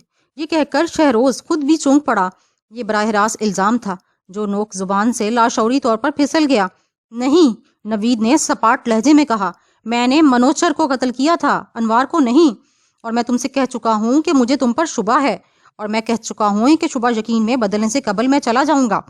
شہروز کو ایسا لگا جیسے اس کا پورا جسم سن ہو رہا ہو۔ آپ مجھے یہیں چھوڑ جائیں، نوید کہتا رہا، لیکن شہروز اس کا یہ جملہ نہیں سن سکا کیونکہ اسے تو شہور کی کوئی بات یاد آ رہی تھی۔ کیا تمہیں علم تھا کہ شاہور نے لانگ بوٹ حاصل کر لی تھی نوید؟ شہروز نے پوچھا۔ Long boat? ہاں، اور یہ بتاؤ کہ اس کے پاس کتنی بندوقیں ہونی چاہیے تھیں؟ شہروز نے ایک عجیب سا سوال کیا۔ جب وہ گیا تو اس کے پاس ایک بندوق تھی، بعد میں اس نے 2 بندوقیں حاصل کیں، 3 بندوقیں اور 2 پستول، مگر اس کے پاس 4 بندوقیں تھیں، شہروز نے سپاٹ لہجے میں اسے بتایا۔ تب پھر اس نے کہیں سے کپتان کے بندوق بھی حاصل کر لی ہوگی، نوید نے فوراً جواب دیا۔ کیونکہ جب کپتان ساحل پر آیا تو اس کے پاس صرف پستول تھی، ویسے اس نے بوٹ کیسے حاصل کر لی؟ مجھے نہیں پتا۔ کمال ہے۔ نوید ایک لمحے تک سوچتا رہا اور پھر قدرے شکوہ بھرے لہجے میں بولا، تم نے مجھے تو یہ کبھی نہیں بتایا کہ اس روز ٹیلے پر کیا واقعات پیش آئے تھے۔ میں نے گولی چلنے کی آواز تو سنی تھی، میرا خیال ہے کہ تمہارا مقابلہ شاہور سے ہوا تھا اور تم نے اسے گولی مار دی۔ میری اس سے مار پیٹ تو ہوئی مگر میں نے اسے گولی نہیں ماری، شہروز نے جواب دیا۔ اور اس نے لانگ بوٹ کے بارے میں بتایا؟ ہاں، شہروز اس بات میں سر ہلانے لگا۔ کیا اس کے لہجے میں صداقت تھی؟ شاید، لگتا تھا تو ایسا ہی تھا، شہروز نے جواب دیا۔ اوہ، مگر کیا تمہیں یقین ہے کہ وہ تمہارے ہاتھوں نہیں مرا؟ نوید نے پوچھا۔ گولی میں نے نہیں چلائی تھی نوید، شہروز نے بتایا۔ گولی تو اس نے چلائی تھی اور بس میں بچ ہی گیا، گولی میرے بازو کے نیچے سے گزر گئی۔ خدا کا شکر ہے، نوید نے ایک طویل سانس لے کر کہا، لیکن کاش منوچر کے گولی میرے بازو کو نہیں سینے پر لگتی۔ اچانک ہی نوید ششدر رہ گیا، کیونکہ شہروز نے لپک کر اس کا زخمی بازو دبوچ لیا تھا۔ اس نے گرفت سے نکلنے کے لیے لات ماری مگر شہروز بچ گیا۔ گرفت کی وجہ سے نوید کے بازو میں ہولناک درد ہونے لگا۔ نوید، شہروز چلا رہا تھا، بولو، بتاؤ لڑکے کو تم نے قتل کیوں کیا؟ نہیں، اف، نوید کراہتا ہوا بولا، میں قسم کھا سکتا ہوں کہ میں نے انوار کو قتل نہیں کیا۔ لیکن نوید، شہروز کا چہرہ ستا ہوا تھا، مجھے معلوم ہے کہ اگر میں لڑکے کو قتل کرتا تو تم مجھے قتل کر دیتے، لیکن میں انوار کا قاتل نہیں ہوں، میں نے انوار کے قاتل منوچر کو قتل کیا ہے۔ اس نے گولی چلائی اور گولی انوار کے سینے میں پیوست ہو گئی۔ تم بھی گولی چلا سکتے تھے، شہروز غرا کر بولا۔ میں نے کوشش کی تھی لیکن میرا پستول گیلا نکلا، لہٰذا میں نے اپنے ہاتھوں سے منوچر کا خاتمہ کر دیا۔ شہروز کی گرفت کے باعث نوید کے زخم سے خون پھر بہنے لگا۔ نوید کو شہروز کے دکھی ہونے کا احساس تھا، لیکن بات تھی کہ دکھوں پر صرف شہروز ہی کی تو اجارہ داری نہ تھی، خود نوید بھی دکھی تھا۔ اس نے انوار کو دم توڑتے ہوئے دیکھا، اسے سب کچھ یاد تھا، شہروز کی طرح وہ بھی دل گرفتہ تھا۔ شہروز نے اس کا بازو چھوڑ دیا۔ اس وقت اگرچہ نوید خون بہ رہا تھا لیکن نکاہت شہروز کو محسوس ہو رہی تھی۔ دونوں چھوٹے چھوٹے قدم اٹھاتے ہوئے کشتی کی طرف چل دیے اور پھر اچانک ہی انہیں شینا نظر آئی جو ہاتھوں میں سبز پتوں کا بنڈل اٹھائے ہوئے تھی۔ شینا نے کھاڑیوں کی طرف اشارہ کیا، وہ غالباً لوگوں کے متعلق کچھ کہہ رہی تھی۔ شاید ہمیں دیکھ لیا گیا ہے، شہروز نے نوید سے کہا۔ آؤ، وہ تیزی سے لنگر کے رسے کی طرف دوڑا مگر نوید کھڑا رہا۔ جب شہروز لنگر اٹھا چکا تو شینا کشتی کو پانی میں دھکیلنے لگی۔ نوید نے جلد ہی ایک فیصلہ کر لیا کہ وہ اس وقت تک یہاں رہے گا جب تک کشتی سمندر میں دوڑنے نہ لگے گی، پھر وہ 2 بندوقیں اور پستول لے کر یہیں رہ جائے گا۔ مسئلہ انا کا تھا اور شہروز نے اس پر بے بنیاد الزام تراشی کی تھی۔ نوید ان کا ساتھ چھوڑنے کے لیے تیار تھا۔ نوید، چلو جلدی کرو، وہ ہمیں دیکھ چکے ہیں، شہروز نے چلا کر کہا۔ نوید نے کچھ سوچتے ہوئے قدم بڑھائے اور آؤٹ رگڑ کو دھکا دینے لگا۔ وہ جس زمین پر کشتی کو دھکا دے رہے تھے وہاں زیر آب کافی گھڑے تھے، کہیں پانی پنجوں تک تھا اور کہیں ٹکنوں تک۔ اب بھی کشتی پتوار کے قابل پانی سے کچھ ہی دور تھی کہ اچانک شہروز لڑکھڑا کر گر گیا۔ اس کا دایاں پیر اندر تک گھستا چلا گیا۔ وہ بہت زور سے چلایا اور اس نے کشتی کا تختہ پکڑنے کی کوشش کی مگر ناکام رہا۔ وہ بری طرح گرا، پانی اس کے منہ، نتنوں اور اس کے کانوں میں گھس گیا۔ پھر اچانک شینا اسے تھامتے ہوئے دونوں نے اسے کشتی میں لے جانے کی کوشش کی۔ اس نے نوید کی آواز سنی، وہ بام مچھلی کے بارے میں کچھ کہہ رہا تھا۔ بام مچھلی کسی انسان کی مانند موٹی اور 6 فٹ لمبی تھی جو تیزی سے گہرے سمندر کی طرف جا رہی تھی۔ نوید نے شہروز کی ٹانگ دیکھی، پتلون پھٹی ہوئی تھی اور ران کا گوشت جگہ جگہ سے کٹا ہوا تھا، کئی جگہ سے لوتھڑے بھی کٹے ہوئے تھے۔ مچھلی کے تیز دانتوں نے خطرناک کام کر دیا تھا۔ اوپر چلو، نوید نے گڑا کر شینا سے کہا جو اس کا مفہوم سمجھ گئی۔ پھر دونوں نے کوشش کر کے شہروز کو کشتی پر چڑھایا اور نوید ہنکارا بھر کر اسٹرن پر میں شہروز کی جگہ بیٹھ گیا۔ نصف شب کے کافی بعد نوید نے شینا کو بادبان گرانے کی ہدایت کی، ساتھ ہی خود بھی اس کی مدد کرنے لگا۔ چاند غروب ہونے کی تیاریاں کر رہا تھا اور بدل نظر نہیں آ رہے تھے۔ کشتی اس وقت مشرقی ہواؤں کی مدد سے بہہ رہی تھی۔ نوید نے شہروز کو اس طرح لٹایا تھا کہ اس کا چہرہ کشتی کے عقبی حصے کی طرف تھا۔ اگرچہ شہروز ہوش میں تھا لیکن بری طرح ہل چکا تھا، کافی خون بہہ چکا تھا، لہٰذا اس پر پوری اور فوری توجہ کی ضرورت تھی۔ نوید اس وقت یہی کام کر رہا تھا۔ اس نے شہروز کی ٹانگ کا معائنہ کیا۔ مچھلی نے کئی مرتبہ ٹانگ نوچی تھی، جس کے باعث اس کے دانتوں کی وجہ سے جگہ جگہ گہرے زخم لگے تھے۔ کچھ ایسا لگا تھا کہ حملہ آور بام نہ تھی، شارک تھی۔ شینا ان زخموں کے باعث بہت افسردہ تھی۔ وہ بار بار دیبا دیبا کہہ رہی تھی۔ شاید اس کی زبان میں دیبا اس مچھلی کا نام تھا جس نے شہروز پر حملہ کیا تھا۔ کی آواز کے باعث شہروز کی آنکھ کھل گئی۔ کشتی کیوں روکی ہوئی ہے؟ اس نے کشتی کے بے حرکت ہونے کے اندازہ لگاتے ہوئے پوچھا۔ تمہارے زخم دیکھنے کے لیے، نوید نے جواب دیا۔ خون ابھی تک بہہ رہا ہے، مزید خون ضائع ہوا تو تم کمزور ہو جاؤ گے۔ یہ کہتے ہوئے نوید نے بڑے احتیاط سے شہروز کی پتلون کا پائنچا پھاڑا۔ اس دوران شینا پتوں کو کچل کچل کر ان کا پھایا بناتی رہی۔ ان پتوں میں بہت رس تھا۔ نوید نے پانی سے زخم صاف کیے اور اس کے بعد شینا کے تیار کردہ پھائے کو زخموں پر رکھ کر ان کے گرد وہی پتے لگائے۔ پٹی باندھنے کے لیے اس نے بادبان بنانے کے لیے رکھا ہوا کپڑا استعمال کیا۔ پھر جب شینا نے نوید کے زخم پر بھی اسی طرح پھائے رکھنے کی کوشش کی تو نوید نے انکار کر دیا۔ وہ یہ نہیں جانتا تھا کہ گولی کی موجودگی میں زخم بھرنے لگے۔ اسے اندازہ تھا کہ جب تک گولی زخم میں موجود ہے اس کی صحت یابی کے امکانات بہت کم ہیں۔ وہ سوچ رہا تھا کہ شینا زخم سے گولی نکال سکتی ہے۔ کیا وہ شینا کو فورسپ کا استعمال سکھا سکتا ہے؟ اس دوران شہروز نے 1 یا 2 مرتبہ اپنی آنکھیں کھولیں اور پھر بند کیں۔ اسے صرف یہ احساس تھا کہ وہ کشتی کے دونوں پشتوں کے درمیان لیٹا ہوا ہے۔ پھر اس نے نوید کی آواز سنی جو خود کلامی کے انداز میں کسی ستارے کا ذکر کر رہا تھا۔ نوید ایک مرتبہ شہروز نے کشتی کے دونوں پشتے پکڑ کر اٹھنے کی کوشش کرتے ہوئے آواز دی۔ کیا ہوا؟ نوید اس کی طرف لپکا۔ تم نے انوار کو تو نہیں، میں نے انوار کو قتل نہیں کیا، نوید نے سپاٹ لہجے میں جواب دیا۔ صرف کپتان کو ہلاک کیا ہے۔ کیا کپتان پاگل ہو گیا تھا؟ ہاں، ایسا ہی لگ رہا تھا، اور اس نے لڑکے کو گولی مار دی تھی۔ ہاں، اور سنو، میں جو کچھ کہہ رہا ہوں وہی سچ بھی ہے۔ ٹھیک ہے، مجھے تم پر یقین ہے نوید۔ شہروز کی ٹانگ میں درد اور تکلیف ہو رہی تھی، مگر اس وقت زندہ رہنے کی بہت طاقتور خواہش بھی پیدا ہو رہی تھی۔ اپنی ٹانگ کا خیال رکھو، نوید نے اسے مشورہ دیا۔ بام مچھلی اس کا برا حشر کر گئی تھی۔ کوئی فکر نہیں، تم ابھی خود سے باتیں کر رہے تھے۔ ہاں، نوید مسکرانے لگا۔ میں اس ستارے کو تلاش کر رہا تھا جسے تم رہنمائی کے لیے تلاش کرتے رہے ہو۔ میں عام طور پر ہوا سے رہنمائی حاصل کرتا ہوں، شہروز نے جواب دیا۔ ویسے اس کشتی کو چلانا بالکل ایسا ہی ہے جیسے کسی چڑیل کو سدھانے کی کوشش کی جائے۔ عادی ہو جاؤ گے، شہروز مسکرایا۔ صبح ہوئی تو شہروز نے اندازہ لگایا کہ نوید کی حالت اب غیر ہو رہی ہے۔ وہ سو رہا تھا۔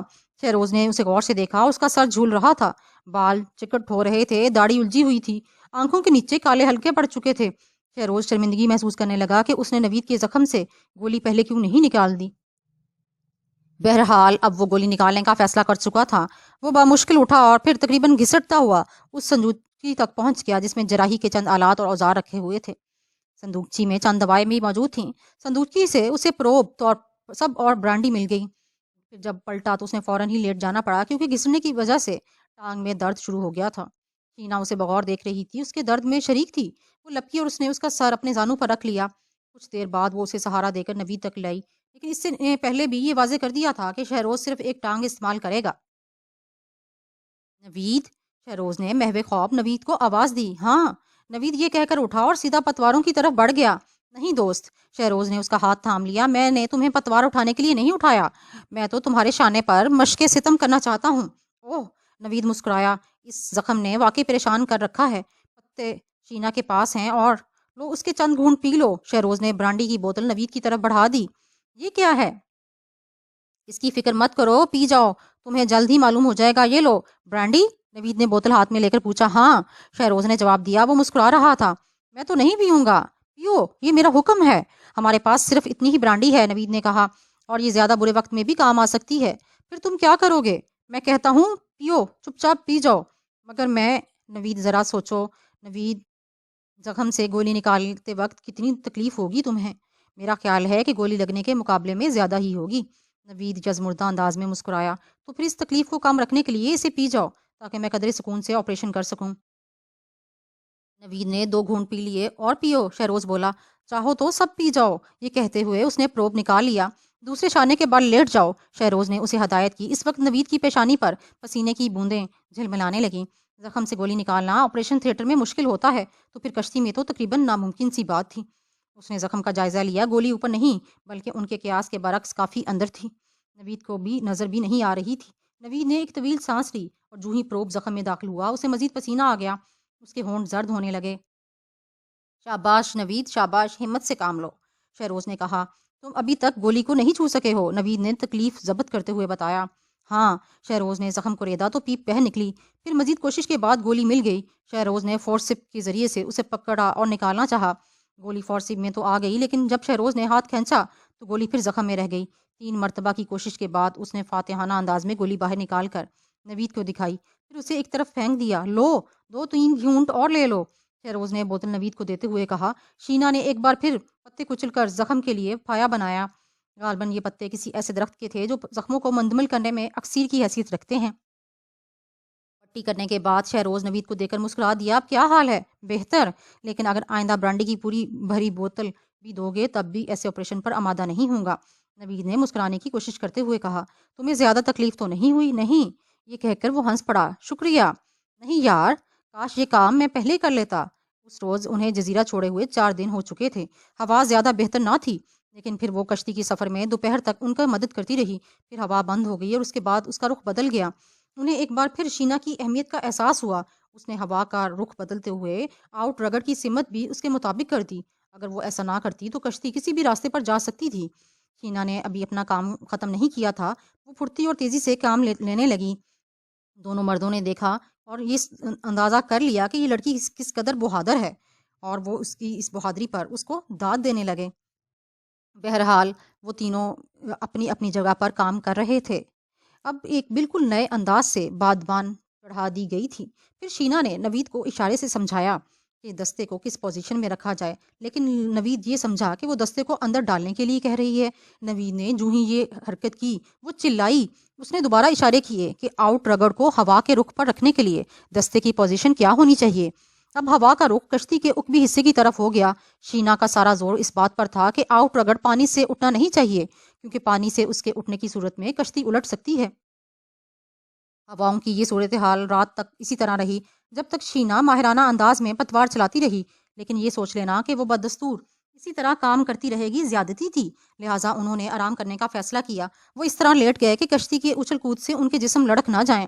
لیکن 5ویں روز کی صبح ہوئی تو شہروز کو احساس ہوا تھا کہ وہ موت کی راہ پر چل رہے ہیں۔ اسے نوید کے خون میں لتھڑی ہوئی قمیض میں موت کا سایہ نظر آیا۔ اس کی آنکھیں بھی سرخ ہو رہی تھیں، خود اس کی اپنی حالت غیر تھی، اور وہ بھی نوید کی طرح کوئی بھی ایسا کام کرنے سے مجبور تھا جس میں طاقت لگتی ہو۔ اس کی ٹانگ سوکھ کر تڑک رہی تھی اور اسے اندازہ تھا کہ یہ تڑکن زخموں کے لیے کتنی خطرناک ثابت ہوگی۔ ان کا رخ شمال مغرب کی طرف تھا، جبکہ جنوب مشرق سے ہوائیں چل رہی تھیں۔ بعض اوقات یہ ہوائیں اتنی خوشگوار ہو جاتی تھیں کہ وہ کشتی میں لیٹ جاتے اور ان کا لطف اٹھاتے۔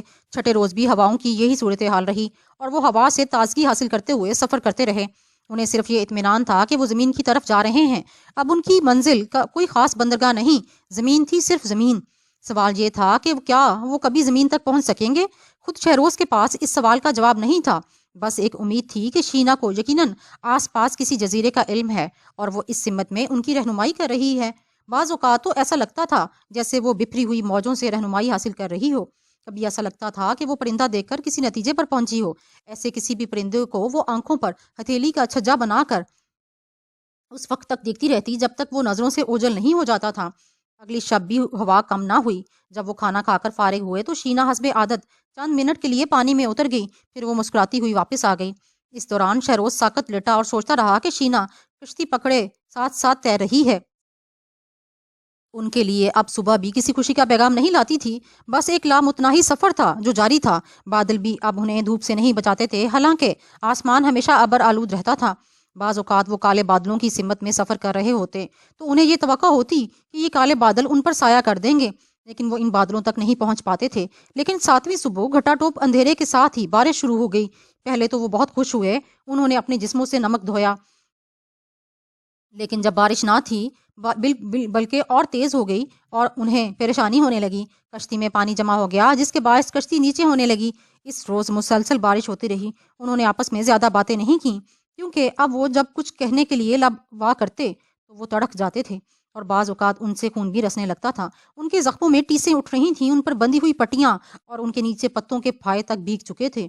یہ ایک خوفناک خوف سے کم نہ تھا اور انہیں یقین تھا کہ موت بتدریج ان کی طرف بڑھ رہی ہے۔ تاہم ان زخمی مردوں کے احساسات اور خدشات سے قطع نظر شینا بڑی مردانگی کا مظاہرہ کر رہی تھی۔ ایک وجہ تو یہ تھی کہ اس کی جلد تیل کی وجہ سے زیادہ چکنی تھی اور اب تک سورج کی تپش کے باوجود سوکھی نہ تھی۔ اگرچہ اس کی زندگی کے امکانات بھی نوید اور شہروز کے امکانات سے زیادہ نہ تھے، لیکن وہ تاحال مستعد تھی، کوئی زخم نہ لگا تھا اور اس میں توانائی موجود تھی۔ پھر اچانک 8ویں دن انہیں زمین نظر آ گئی۔ اس رات ہوائیں چلتی رہیں اور وہ سفر کرتے رہے۔ اگرچہ رات کا سفر منصوبے کا حصہ نہ تھا، لیکن اب رات کے وقت ہوا کی وجہ سے کشتی چلانا زیادہ آسان لگتا تھا۔ اس رات سمندر پرسکون تھا، ہوائیں مضطرب نہ تھیں اور کشتی بھی ہچکولے لیے بغیر رواں دواں تھی۔ اس ماحول میں بھی وہ مختلف خدشات سے دوچار تھے۔ نوید ان خدشوں کو زبان دینے سے بھی خوفزدہ تھا، لیکن جو ہی صبح ہوئی اس میں زندگی کے لیے ایک زبردست خواہش نے انگڑائی لی، کیونکہ اسے کچھ ایسا لگا جیسے اس نے صبح کاذب کے وقت زمین دیکھی ہے۔ اس وقت اس نے شہروز سے یہ کہا تھا کہ شاید اس نے زمین کی جھلک دیکھی ہے، اور پھر جب روشنی زیادہ ہوئی تو نوید کا خیال غلط نہ نکلا۔ انہوں نے دھند میں لپٹا ہوا ایک جزیرہ دیکھا تو خوشی سے بے قابو ہو گئے۔ یہ بڑا جزیرہ تھا، زیادہ بلندی اور پہاڑیوں والا جزیرہ۔ یہاں دراز کامت درخت بھی تھے، چکنی ڈھلانے بھی اور پرندے بھی، آبشار بھی تھی اور نالے بھی، سورج سے بچاؤ کے لیے سایہ بھی تھا اور سائبان بھی۔ انہوں نے غار نما ایک جگہ تلاش کر لی۔ یہ مقام جزیرے سے الگ تھلگ تھا، وہ یہاں جزیرے کے پرندوں کے سوا کسی کی رسائی نہ تھی۔ انہوں نے کشتی کو اسی غار کے قریب ساحل سے لگایا اور پھر اپنی بچی کچی توانائی کا استعمال کر کے کشتی سے اتر کر عظیم الشان سایہ دار درخت باکا کے لطیف سائے میں چلے آئے۔ اس جزیرے کا نام لیوا تھا۔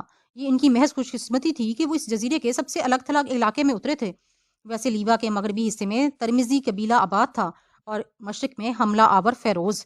ان دونوں قبائل میں مسلسل خون ریز جنگ ہوتی رہتی تھی۔ یہ بھی خوش قسمتی تھی کہ جس علاقے میں یہ اترے تھے اسے جنگ کے لیے استعمال نہیں کیا جاتا تھا۔ یہ علاقہ جزیرے کے شمال اور جنوبی علاقے میں تھا۔ وہ نرم اور خون گھاس پر لیٹ گئے۔ شینا لاشعوری طور پر شہروز کے قریب لیٹی تھی۔ دونوں نے ایک دوسرے کو دیکھا اور پھر دونوں کے چہرے کھل اٹھے۔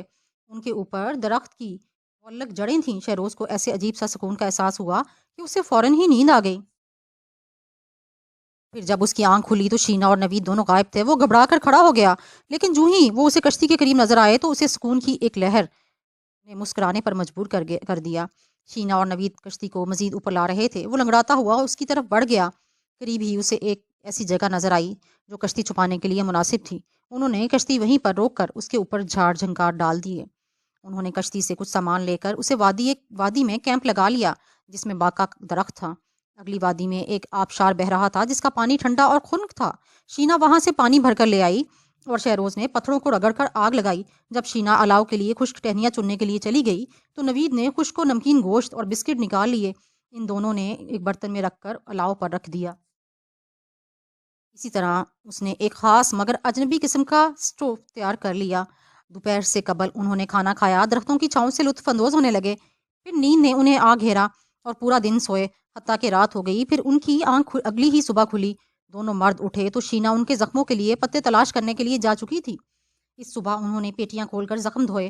شہروز یہ دیکھ کر ششدر رہ گیا کہ ان پراسرار پتوں کی وجہ سے زخم کتنی جلد بھر رہا ہے۔ وہ دونوں پھر آرام کرنے لگے اور شینا کئی ناریل کی تلاش کر کے لے آئی جنہیں اس نے دھوپ میں خشک ہونے کے لیے رکھ دیا تھا تاکہ ان سے تیل نکالا جا سکے۔ وہ اشاروں میں انہیں بتا رہی تھی کہ یہ تیل ان کی تڑکی ہوئی جلد کے لیے بہت سود مند ثابت ہوگا۔ اگلی صبح جب وہ بیدار ہوئے تو اپنے اندر اوت کر آنے والی توانائی کا احساس کر کے حیرت زدہ رہ گئے۔ اس روز شینا نے انہیں جھینگے پکڑنے پر لگا دیا اور آبشار سے جھینگے پکڑنے کی ترکیب بھی سکھا دی۔ یہ جھینگے موٹے اور خوشنما تھے جنہیں شینا نے ناریل سے نکالی ہوئی کریم میں پکایا۔ وہاں انہیں انسانی ہاتھوں سے بنائی ہوئی کوئی چیز نظر نہیں آئی۔ جنگل کی سخت زمین تھی اور اس میں نمو پانے والے درخت بہت بلند تھے۔ ان درختوں کی ٹہنیوں پر ایک پرندہ جس کو شینا گیگی کہتا ہی چہچہاتا رہا۔ یہاں طوطے بھی تھے جو درختوں کی ڈالیوں پر چڑھتے اترتے تھے۔ تتلیاں اپنے رنگ بکھیرتی ہوئی عموماً نظر آتی تھیں۔ ان کے بیٹھنے سے پتے لرزتے رہتے تھے۔ پھر رات ہی خنک ہوا وادی کو بھر دیتی تھی۔ بادلوں سے اترنے والی یہ ہوا 200 فٹ بلند ڈھلانوں سے پھسلتی ہوئی ان تک پہنچی تھی۔ اس ماحول میں زیادہ تر شینا ہی کے بارے میں سوچتا رہتا تھا۔ وہ عموماً صبح سویرے ہی کیمپ سے نکل جاتی اور آبشار کا رخ کرتی تھی یا پھر زخموں کے لیے پتے جمع کرنے کے لیے پہاڑی پر چلی جاتی۔ واپسی پر عام طور سے اس کے پاس ناریل بھی ہوتے جن کا پانی پینے سے وہ ایک نئی توانائی محسوس کرتے تھے۔ شینا کی واپسی سے قبل اگر شہروز بیدار ہو جاتا تو اسے غصہ آ جایا کرتا۔ اور لیکن پھر جو ہی وہ آتی ہوئی نظر آتی اس کی طرف مسکرا کر دیکھتی تو وہ محبت پاش نظروں سے اس کو تکتا رہ جاتا تھا۔ جزیرہ لیوا پر 5ویں صبح ہوئی تو انہوں نے کشتی کی مرمت اور اسے مزید بہتر بنانے کے کام کا آغاز کیا، اور انہوں نے اس کے متعدد کمزور جوڑوں کی مرمت کی، انہیں مضبوط بنایا۔ بعض بدشگون تھا، لہٰذا اس روز شینا نے جھینگے اور مچھلی پکڑنے کا ارادہ ملتوی کر دیا۔ اس شام جب نوید نے پوچھا کہ کھانے میں جھینگے کیوں نہیں، تو شینا کو اندازہ ہو گیا کہ وہ کیا پوچھ رہا ہے۔ اس نے شہروز کی طرف اشارہ کیا اور اشاروں سے چند لفظوں میں یہ سمجھانے کی کوشش کی کہ اگر وہ جھینگے کھانا چاہتے ہیں تو شہروز کو اپنی زبان پر قابو رکھنا ہوگا، شکار پر جاتے ہوئے ٹوکنا نہیں چاہیے۔ شہروز نے یہ ظاہر کرنے کی کوشش کی کہ وہ کچھ نہیں سمجھا۔ شینا مسکرا کر خاموش ہو گئی۔ اگلی صبح وہ اس کے بیدار ہونے سے قبل ہی جال لے کر چلی گئی۔ وہ مسکرانے لگا، شاید شینا کو یہ احساس تھا کہ اگر وہ بیدار ہو گیا تو اس کے شکار پر جاتے ہوئے دیکھ کر کچھ کہے گا، وہ مجبوراً جال ایک طرف رکھ دے گی۔ شہروز اٹھا اور آبشاروں کی نظروں سے اوجھل کرنے والا ٹیلے کی طرف بڑھ گیا۔ آبشار کا سفر ایک تالاب سے دوسرے تالاب تک ہوتا تھا۔ اس کے راستے دونوں طرف 40 سے 50 فٹ بلند تھے اور ان سے اوپر پرندے چہچہا رہے تھے، اور دور پہاڑ کی چوٹی بادلوں میں چھپی ہوئی تھی، اور شینا پانی میں تھی، سورج اسی پر چمک رہا تھا۔ اس نے جو جھینگے پکڑے تھے وہ کیلوں کے بڑے بڑے پتوں میں ایک طرف رکھے ہوئے تھے۔ وہ خود ساکت تھی اور اس کا اسکرٹ نما لباس خشکی پر رکھا ہوا تھا۔ شاید شینا نے اس کی آہٹ سن لی تھی، لہٰذا وہ تیزی سے پلٹی اور پھر اپنی حالت کا احساس کر کے شرما گئی۔ وہ حیا آلود انداز میں مسکراتی ہوئی پانی میں بیٹھ گئی، اور پھر شہروز بھی پانی میں داخل ہو گیا۔ شینا اسے دیکھتی رہی اور شہروز کو قریب تر دیکھتے ہوئے اس کی آنکھیں چمکنے لگیں۔ شہروز آگے بڑھتا رہا، طاقت اور توانائی پوری طرح بحال ہو گئی تو مستقبل کا خیال بھی آنے لگا۔ شہروز کو یقین ہو گیا کہ شینا کسی دوسرے جزیرے پر جانے کو ترجیح دیتی ہے، کیونکہ اس نے نوٹ کیا تھا کہ وہ کشتی پر ضرورت کا سامان ذخیرہ کرتی رہتی ہے۔ ناریل کا ایک ڈھیر کشتی پر لگ چکا تھا۔ اس نے بہت سے پھل زمین میں دبا دیے تھے، اور اس کا خیال تھا کہ سفر شروع کرتے وقت یہ پھل اتنے پک جائیں گے، کھائے جا سکیں گے اور ان سے مشروب بنایا جا سکے۔ شہروز اب زیادہ بہتر طور پر شینا کی زبان سمجھنے لگا۔ نوید نے بھی کوشش کی تھی، لیکن وہ چند الفاظ یاد کر لینے سے آگے نہیں بڑھا تھا۔ ان الفاظ کی مدد سے بات کر لی جاتی تھی۔ سانولا سلونا چہرہ خوشی سے کھل اٹھتا تھا کہ مستقبل کے تقاضوں کو روشنی میں شہروز کو جنگلی زبان نہیں، شینا کو اردو زبان سکھانی چاہیے۔ اس جزیرے پر انہیں 8 روز ہو چکے تھے، اور اب شہروز کو احساس تھا کہ انہیں مستقبل کے بارے میں کوئی فیصلہ کر لینا چاہیے۔ اگلی صبح اس نے یہی بات نوید سے کہی۔ مطلب یہ ہوا کہ شینا روانگی کی تیاریاں کر چکی ہے؟ نوید نے اس کا تجزیہ سن کر پوچھا۔ ہاں تقریباً، شہروز نے جواب دیا۔ مگر کیوں؟ اسے معلوم ہے کہ ہم اس سے بڑی کشتی چاہتے ہیں۔ اس کشتی میں ہم اپنی بندرگاہ تک نہیں پہنچ سکتے، اور یہ جزیرہ کشتی بنانے کے لیے کام کے لیے بہت مناسب ہے۔ یہاں لکڑی بھی زیادہ ہے، ساحل کیمپ کے قریب ہے، اور کشتی بنانے کے بعد اسے سمندر میں اتارنا بھی مشکل ثابت نہیں ہوگا۔ یہ باتیں میرے ذہن میں ہیں نوید، لیکن کوئی تو وجہ ہوگی کہ وہ واپسی کے لیے سرگرم ہے۔ وہ کسی بڑے جزیرے کے بارے میں بات کرتی ہے جس کا نام شاید ہسپانیہ لیتی ہے۔ اوہ، تب پھر میں یقین سے کہہ سکتا ہوں، کیونکہ وہ جزیرہ میں نے دیکھا ہے۔ شہروز نے دیکھا ہے؟ ہاں، شاید میں تمہیں بتانا بھول گیا تھا۔ تمہیں یاد ہے کہ جس روز پہلی مرتبہ ہم نے کشتی کی مرمت شروع کی تھی تو میں ٹہلتا ہوا مغربی حصے کی طرف نکل گیا تھا۔ اوپر سے مجھے دور دھند میں چھپا ہوا ایک جزیرہ نظر آیا تھا۔ میرا خیال ہے کہ شمال مغرب میں ہے۔ کتنی دور ہوگا اس کا اندازہ نہیں، لیکن وہ اتنا دور تھا کہ اسے بادلوں سے جدا کرنا ناممکن تھا۔ اس نے اس کا کیا نام لیا تھا؟ ہسپانیہ۔ زمین میں کیلیں ٹھونکی اور تختوں میں ہو جانے والے سوراخوں کو بھرا گیا۔ یہ کام ایک ایسے گوند نما مادے سے کیا گیا جو شینا درختوں سے نکال کر لائی تھی۔ یہ کام کرتے ہوئے وہ بہت خوش تھا، لیکن جب سورج نصف النہار پر پہنچا اور دھوپ شدید ہو گئی تو شہروز نے کام روکنے کا حکم دیا۔ انہوں نے کیمپ واپس آ کر کھانا کھایا جو شینا نے پکایا تھا۔ اس کھانے میں ابلی ہوئی سبزیاں بھی شامل تھیں جن میں عجیب سی خوشگوار مہک تھی۔ یہ سبزیاں شینا نے اسی جزیرے میں گھوم پھر کر توڑی تھیں۔ نوید کو یہ ڈش خاص طور پر بہت اچھی لگی، اور اس کا بڑا حصہ وہ ہضم کر گیا تھا۔ اس وقت شہروز بھی بہت خوش تھا۔ شاید اس کی وجہ یہ کہ انہوں نے ایک نئی ڈش کھائی تھی، یا یہ سبب تھا کہ شینا مسکرا کر اسے مزید کھانے کے لیے کہہ رہی تھی، یا پھر یہ کہ ان کے زخم تیزی سے بھر رہے تھے۔ بہرحال وجہ کچھ بھی رہی ہو، وہ ایسی مسرت سے دوچار تھا جو اس سے برسوں محسوس نہیں ہوئی تھی۔ اسے یقین تھا کہ وہ زندہ ہیں اور زندہ رہیں گے۔ شہروز واقعی بہت خوش تھا، لیکن کبھی کبھی انوار کا خیال آتے ہی اس کا دل بیٹھنے لگتا تھا، اور وہ کوشش کرتا کہ یہ سوچے کہ اگر انوار کا ساتھ ہوتا تو اس وقت وہ کیا کر رہا ہوتا۔ جس وقت نوید وحشیانہ انداز میں سبزی کھا رہا تھا، شہروز نے انوار کا کہکا سنا تھا، اور ایسا لگا تھا جیسے انوار نوید پر کوئی جملہ چست کر رہا ہو۔ کھانے کے بعد وہ لیٹ کر سو گئے۔ اس سب سے پہلے نوید کی آنکھ کھلی، وہ کشتی تک گیا، اس نے وہاں تھوڑا بہت کام کیا اور اس کے بعد ساحل کی سیر کرنے لگا۔ شہروز کی طرح وہ بھی طمانینت اور خوشی کے جذبوں سے سرشار تھا۔ شہروز کی آنکھ کھلی تو شینا آبشار پر گئی ہوئی تھی۔ اس نے جھینگے پکڑنے کے لیے جو جال بنایا تھا وہ بھی ساتھ لے گئی تھی۔ یہ جال اس نے لوکو نامی درخت کی چھال کو بٹ کر بنایا تھا۔ جال آسانی سے نہیں بن گیا تھا۔ پہلے اچھال ابالنی پڑتی تھی، پھر اسے دھوپ میں پھیلا کر چادر کی شکل دی گئی۔ دونوں مردوں نے شینا کے اس کارنامے کو بڑی دلچسپی سے دیکھا تھا۔ پہلے روز جب وہ اس جال کو استعمال کرنے کے لیے لے گئی تھی تو شہروز نے اسے مسکرا کر خدا حافظ کہا، لیکن اس محبت بھرے جذبے پر شینا کا منہ لٹک گیا۔ بات یہ تھی کہ شکار کے لیے جانے والے سے کوئی اچھی بات بھی کہنا اس کے نزدیک برا ہی تھا۔ شہروز کو قبائلی زبان کے بہت سے لفظ آ گئے تھے۔ نوید بھی ان دونوں کے درمیان ہونے والی گفتگو سن سن کر یہ الفاظ سیکھنے کی کوشش کرتا تھا۔ شینا کو اپنی ہی کوئی زبان آتی تھی، کیونکہ اس زبان پر اس کے والدین کو بھی عبور حاصل تھا۔ اس نے یہاں لڑائی کی کئی کہانیاں سنی تھیں۔ اس نے سنا تھا کہ کسی دوسرے جزیرے کے آدمیوں کی ایک کشتی یہاں پہنچی تھی، لیکن اس سے قبل وہ منزل تک پہنچتی چنانچہ یہ قبائل ان پر حملہ کر دیا اور اس حملے میں ہر شخص کو ذبح کر دیا۔ صرف ایک لڑکا زندہ بچا جس نے گھر پہنچ کر سب کو یہ کہانی سنائی تھی، اور اس وقت یہ کہانی شہروز کو نوید سنا رہا تھا۔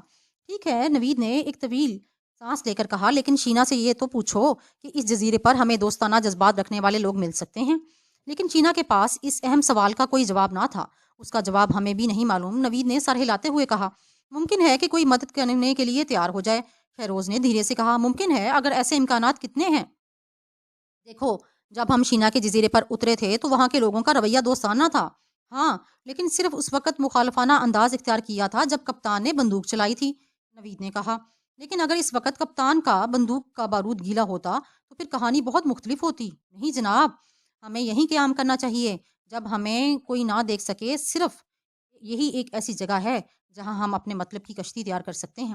شینا اس کا مفہوم سمجھ کر زور زور سے سر ہلانے لگی، پھر وہ اتنی روانی سے بولی کہ شہروز بھی اس کا مطلب سمجھنے سے قاصر رہا۔ تاہم اس کے انداز سے ظاہر تھا کہ وہ کیا کہنا چاہتی ہے۔ پھر وہ خاموش ہو گئے۔ چند لمحوں بعد اس خاموشی کو شہروز ہی نے توڑا۔ نوید بہت مدھم آواز میں بولا تھا، دیکھو، ہمیں جو فیصلہ کرنا ہے اس کا نتیجہ کامیابی یا ناکامی دونوں صورتوں میں نکل سکتا ہے۔ بعض فیصلے ایسے ہوتے ہیں جن کا کوئی نتیجہ نہیں نکلتا، لیکن ہم جو فیصلہ کرنے والے ہیں وہ بہت اہم ہوگا۔ زندگی کا انحصار بھی اس کے نتیجے پر ہوگا۔ اب اگر میں یہ کہوں کہ شینا جو کچھ کہہ رہی ہے وہی میری رائے ہے تو تمہارا کیا رد عمل ہوگا؟ میں اسے حکم سمجھ کر تسلیم کروں گا، نوید نے خشک لہجے میں جواب دیا۔ میں اپنی مرضی سے نہیں، تمہارے حکم کے تحت ہر راہ پر چلنے کو تیار ہوں، تم کپتان ہو۔ شکریہ نوید، شہروز کی آواز رند گئی۔ میرا خیال ہے کہ تم حتمی فیصلہ کر چکے ہو، نوید نے کہا۔ ہاں، ہم دوسرے جزیرے پر جائیں گے۔ اگلے روز صبح سویرے انہوں نے کشتی تیار کر لیا، اس میں سامان بھرا، پھر شمال مغرب کی طرف روانہ ہو گئے۔ سامان کے بوجھ کی وجہ سے اب کشتی ہواؤں کو بہتر طور پر مقابلہ کر رہی تھی۔ ایک دن کسی غیر معمولی واقعے کے بغیر گزر گیا۔ اس روز مطلع ابر آلود رہا، لیکن کبھی کبھی سورج پوری آب و تاب کے ساتھ چمکتا رہا۔ شام ہونے تک ہوائیں تیز ہو گئیں۔ اس روز شہروز سٹیئرنگ پیڈل پر بیٹھا ستاروں کو تلاش کرتا رہا، ساتھ ہی اسے کشتی کی بھی فکر تھی۔ وہ کشتی بنانے کے بارے میں زیادہ متفکر نہ تھا، لیکن سوال یہ تھا کہ وہ کشتی کی رہنمائی کس طرح کرے گا۔ وہ جہاز رانی کے لیے ضروری آلات پہلے ہی کھو چکے تھے اور محض ستاروں کی مدد سے راستے اختیار کرنے سے ہراساں تھا۔ ایسی صورت میں یہ ممکن تھا کہ کشتی پر موجود پانی ختم ہونے کے باوجود زمین تک نہ پہنچ سکے۔ اصل بات یہ تھی کہ انہیں پورٹ نیکسن کی سمت معلوم نہ تھی، اور اگر وہ کسی سوئی کو پیٹ کر اس میں مقناطیسی کشش پیدا کر کے کمپاس بنانے میں کامیاب ہو بھی جاتا، تب بھی یہ مسئلہ درپیش رہتا کہ وہ کس سمت میں سفر کریں، وہ پورٹ نیکسن پہنچ سکیں۔ اب امکان صرف یہ تھا کہ وہ جنوب مغرب میں سفر کرتے رہیں اور اس امید پر جیتے رہیں کہ کوئی جہاز انہیں دیکھ لے گا، لیکن یہ خیال محض خام خیالی سے زیادہ نہ تھا۔ اگلا دن شروع ہوا تو بادل زیادہ تھے، سورج چھپا ہوا تھا، ہوائیں کم تھیں، یہاں انہیں ایک ویل بھی نظر آ رہی تھی۔ اس روز بارش بھی ہوئی اور پانی نے انہیں ایک بار پھر ادموا کر دیا۔ کشتی زبردست ہچکولے لینے لگی، وہ اتنی بار لڑکھے کہ ان میں کھڑا ہونے کی ہمت نہ رہی۔ وہ سمت بھول گئے اور کشتی نہ جانے کس سمت میں چلتی رہی۔ دن ختم ہوا، رات نے جنم لیا، تب بھی بارش ہوتی رہی۔ اگلے روز بھی دن بھر بارش جاری رہی، ان کے ہر طرف پانی ہی پانی تھا۔ وہ زخم جو بھرنے لگے تھے اب پھر تازہ ہو گئے۔ انہوں نے کشتی کے فاضل بادمان کو چھت کی شکل دینا چاہی، لیکن یہ چھت پانی میں بھیگ کر اتنی بھاری ہو گئی کہ اسے سنبھالنا مشکل ہو گیا۔ وہ کہاں جا رہے تھے اس کا علم انہیں 5ویں روز کی صبح تک نہ ہو سکا۔ بارش نصف شب کے بعد کسی وقت بند ہوئی، لیکن اس کے بعد بھی نہ تو ہوا چلی اور نہ ہی مطلع صاف ہوا۔ آسمان تاریک تھا اور اس پر ایک ستارہ بھی نظر نہیں آ رہا تھا۔ بارش ختم ہوتے ہی وہ پانی نکالنے اور بہتے ہوئے سامان کو مناسب جگہ رکھنے میں مصروف ہو گئے۔ اس کے بعد لیٹ کر صبح کا انتظار کرنے لگے۔ صبح آئی تو ہوا کے ساتھ کچھ اور بھی لائی۔ صبح کی دھندلی روشنی میں انہوں نے ایک جزیرہ دیکھا۔ ہسپانیہ! شہروز خوشی سے چلا اٹھا۔ شینا بھی مارے جوش کے چلا چلا کے کچھ کہنے لگی۔ انہیں یقین تھا کہ وہ اس جزیرے کی پہاڑیوں سے کوئی ایسا طریقہ اختیار کر سکیں گے کہ ان جزائر کی دنیا سے نکل سکیں یا زندگی سے ہاتھ دھو بیٹھیں۔ دوپہر ہوئی تو ہوا کم ہو گئی اور ہلکی بارش پھر شروع ہو گئی، لیکن اس بار بارش قیامت خیز نہ تھی۔ اس کے بعد ہوائیں چلنے لگیں اور چھٹ پٹا ہونے کے ساتھ ہی انہیں لکڑی کے جلنے کی بو بھی محسوس ہونے لگی۔ اس رات وہ پتوار چلاتے رہے، لیکن اس طرح کہ سمت گم نہ کر بیٹھیں۔ وقت گزرنے کے ساتھ وہ پہاڑوں کے اس سلسلے کے قریب ہونے لگے۔ یہاں انہیں کئی راستے نظر آئے۔ ایک طرف پانی گھن گرج کر رہا تھا، دوسری طرف پرسکون تھا۔ پھر انہیں احساس ہوا کہ ان کا رخ ایک خاص راستے کی طرف ہے جو درے کی شکل میں بنا ہوا ہے۔ دوپہر ہونے تک وہ گہرے پانیوں میں رہے اور اس راستے سے گزر کر ایک پرسکون جھیل نما حصے میں آئے۔ ان کا رخ اب شمال مغرب کی طرف تھا۔ انہیں اس عظیم جزیرے کے عقب کے مغربی حصے میں ایک اور مگر چھوٹا سا جزیرہ نظر آ رہا تھا۔ وہ پتوار چلاتے رہے حتیٰ کہ زمین کے انتہائی جنوبی حصے تک پہنچ گئے، جہاں انہوں نے راستہ تبدیل کیا اور ساحل کے متوازی چلنے لگے۔ اب وہ گہرے پانیوں میں تھے۔ مزید مغرب کی سمت سفر کے بعد انہیں کئی سمندری نہریں نظر آئیں۔ نوید نے کئی بار کسی ایک نہر کو راستے کے طور پر استعمال کرنے کی تجویز دی، لیکن شہروز نفی میں سر ہلاتا رہا۔ وہ یہ دیکھنا چاہتا تھا کہ آگے کیا ہے۔ پھر اچانک انہیں بالکل سامنے ناریل کے درخت نظر آنے لگے۔ ایک لہر انہیں مزید قریب لے گئی۔ پتوار! شہروز چلایا۔ انہوں نے بڑی تیزی سے کشتی کو خشکی سے دور کیا۔ پھر انہیں ایک بڑی خلیج نظر آئی جس میں لاکھوں پتے تیر رہے تھے۔ کئی منٹ بعد شہروز نے طویل سانس لی۔ یہ غالباً 8-10 میل پر پھیلی ہوئی ہے، اس نے خلیج کی طرف اشارہ کر کے کہا۔ ہاں، اور آس پاس کہیں انسانوں کا نام و نشان تک نہیں، نوید نے جواب دیا۔ جنوبی علاقہ یہاں سے پتہ نہیں کتنی دور ہے، اور یہ بھی پتہ نہیں کہ اس سپاٹ علاقے میں درختوں کے پیچھے کیا ہے۔ شہروز شمال مشرق کی سمت میں اشارہ کر رہا تھا۔ ویسے وہاں ویرانی نظر آ رہی ہے۔ وہ اسی سمت آ گئے۔ درختوں سے بھرے ہوئے میدان کی پیچھے چھوٹی پہاڑیاں تھیں، وسیع وادیاں تھیں اور پستہ کامت درخت ہے۔ پہلے حصے کے خاتمے پر مزید پہاڑیاں نظر آ رہی تھیں۔ بولو، یہاں چلیں؟ نوید نے شہروز سے پوچھا۔ ہاں، شہروز مسکرایا۔ یہاں کچھ عرصہ قیام کیا جا سکتا ہے۔ شینا عرشے کے پلیٹ فارم سے بادبان چڑھنے کے لیے تیار ہو گئی۔ نوید نے اس کی مدد کی، جبکہ شہروز عقبی حصے میں رہا۔ تاہم ابھی بادبان آدھا ہی چڑھا تھا کہ اچانک زور کی ہوا چلی اور آؤٹ رگر کشتی سے الگ ہو گیا۔ آؤٹ رگر جو بہہ کر دور جانے کے قریب تھا بری طرح ہل رہا تھا۔ شہروز زور سے چلایا۔ طوفانی لہریں اچانک ہی اٹھنے لگیں اور پانی کشتی میں بھرنے لگا۔ شینا نے بادبان گرایا اور زکن بھر کر عرشے پر آئی اور بہنے والے سامان کو پکڑنے لگی۔ پانی اسے بھی اچھال رہا تھا۔ سب سے پہلے نوید سنبھلا۔ اس نے بہتے ہوئے بادبان کو دبوچ لیا۔ کشتی اسی طرح اچھل رہی تھی جیسے ابھی ٹوٹ جائے گی۔ اسے ایک لمحے ایک بندوق بہتی ہوئی سمندر میں چلی گئی۔ پھر دوسرے سامان کا ڈھیر بھی بہنے لگا، مگر شینا نے چیخ مار کر اسے سنبھالنے کی کوشش کی۔ سامان جانے دو، شہروز دھاڑا۔ خود کو سنبھالو، تختہ مضبوطی سے تھام لو۔ مگر شینا سمندر میں گر چکی تھی۔ اس نے یہ ہدایت ان دونوں کو دی تھی جو دیوانوں کی طرح سامان بچانے کی کوشش کر رہے تھے۔ شینا اسے نہ سن سکی۔ چند قیامت خیز لمحوں کے بعد بادبان کی لکڑی کو گرنے سے بچا لیا گیا۔ اس دوران شہروز پتوار سنبھالے رہا تاکہ کشتی الٹ نہ جائے۔ تاہم اسے جلدی احساس ہو گیا کہ کشتی ڈوبنے ہی والی ہے۔ نوید، رسی لاؤ، وہ چلایا۔ شینا، عرشے پر آؤ۔ وہ اردو میں بولا تھا مگر شینا اس کا مفہوم سمجھ گئی، تاہم وہ ڈبکیاں کھا رہی تھی۔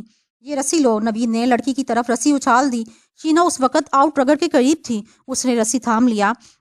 اس طرف شینا آؤ، شینا اس طرف۔ شہروز نے ایک بار پھر چلا کر سمت کا اشارہ کیا۔ وہ جانتا تھا کہ اگر شینا مزید آگے نکل گئی تو پھر کبھی نہ مل سکے گی۔ وہ تمہاری بات سمجھ نہیں پا رہی، نوید ہراساں انداز میں بولا۔ شہروز پھر چلایا، لیکن اس بار ایسا لگا جیسے شینا نے کچھ سنا ہی نہ ہو۔ شینا نے رسی کمر سے باندھ دی اور غوطہ لگایا۔ رسی کا دوسرا سرا نوید کے ہاتھ میں تھا۔ اس بار وہ ابھری تو آؤٹ رگڑ کے عین اوپر تھی۔ ایک ہاتھ میں اس نے آؤٹ رگڑ کو پکڑا اور دوسرے سے اس نے اسے کشتی سے لگا دیا۔ آؤٹ رگڑ کے کشتی سے منسلک ہوتے ہی کشتی سنبھل گئی۔ شینا کے چہرے پر اب خوشی کے آثار تھے۔ وہ کشتی کے عرشے والے تختے کی سمت آئی اور وہاں موجود نوید اور شہروز نے اسے اوپر کھینچ لیا۔ وہ ایک لمحے تک ہنستی رہی، پھر اچانک اس کی آنکھوں میں آنسو بھر آئے۔ وہ ہنسی اور پھر رو دی۔ وہ موت کے چنگل سے نکلی تھی۔ فاتح ہو کر اس نے آؤٹ رگڑ حاصل کر کے کشتی کو بھی بچا لیا تھا۔ شینا، شہروز نے نرم لہجے میں کہا۔ شہروز، وہ مسکرا دی، پھر اس نے سر پیچھے کر کے زوردار کہکہا لگایا۔ اس کے گیلے بال شانوں پر بکھر گئے۔ شہروز کو بے اختیار رونا آ گیا۔ یہ لڑکی ہمارے لیے کتنی قربانیاں دیتی رہی ہے۔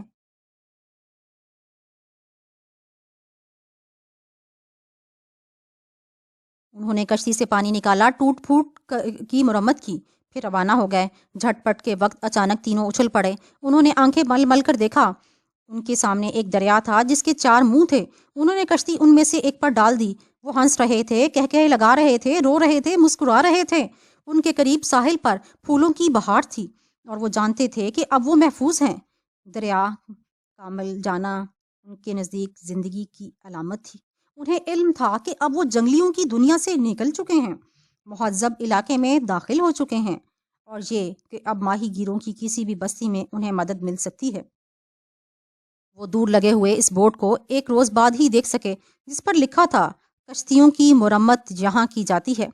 یہ تحریر ہی اس امر کی ضمانت تھی کہ وہ زندگی کی طرف لوٹ آئے ہیں۔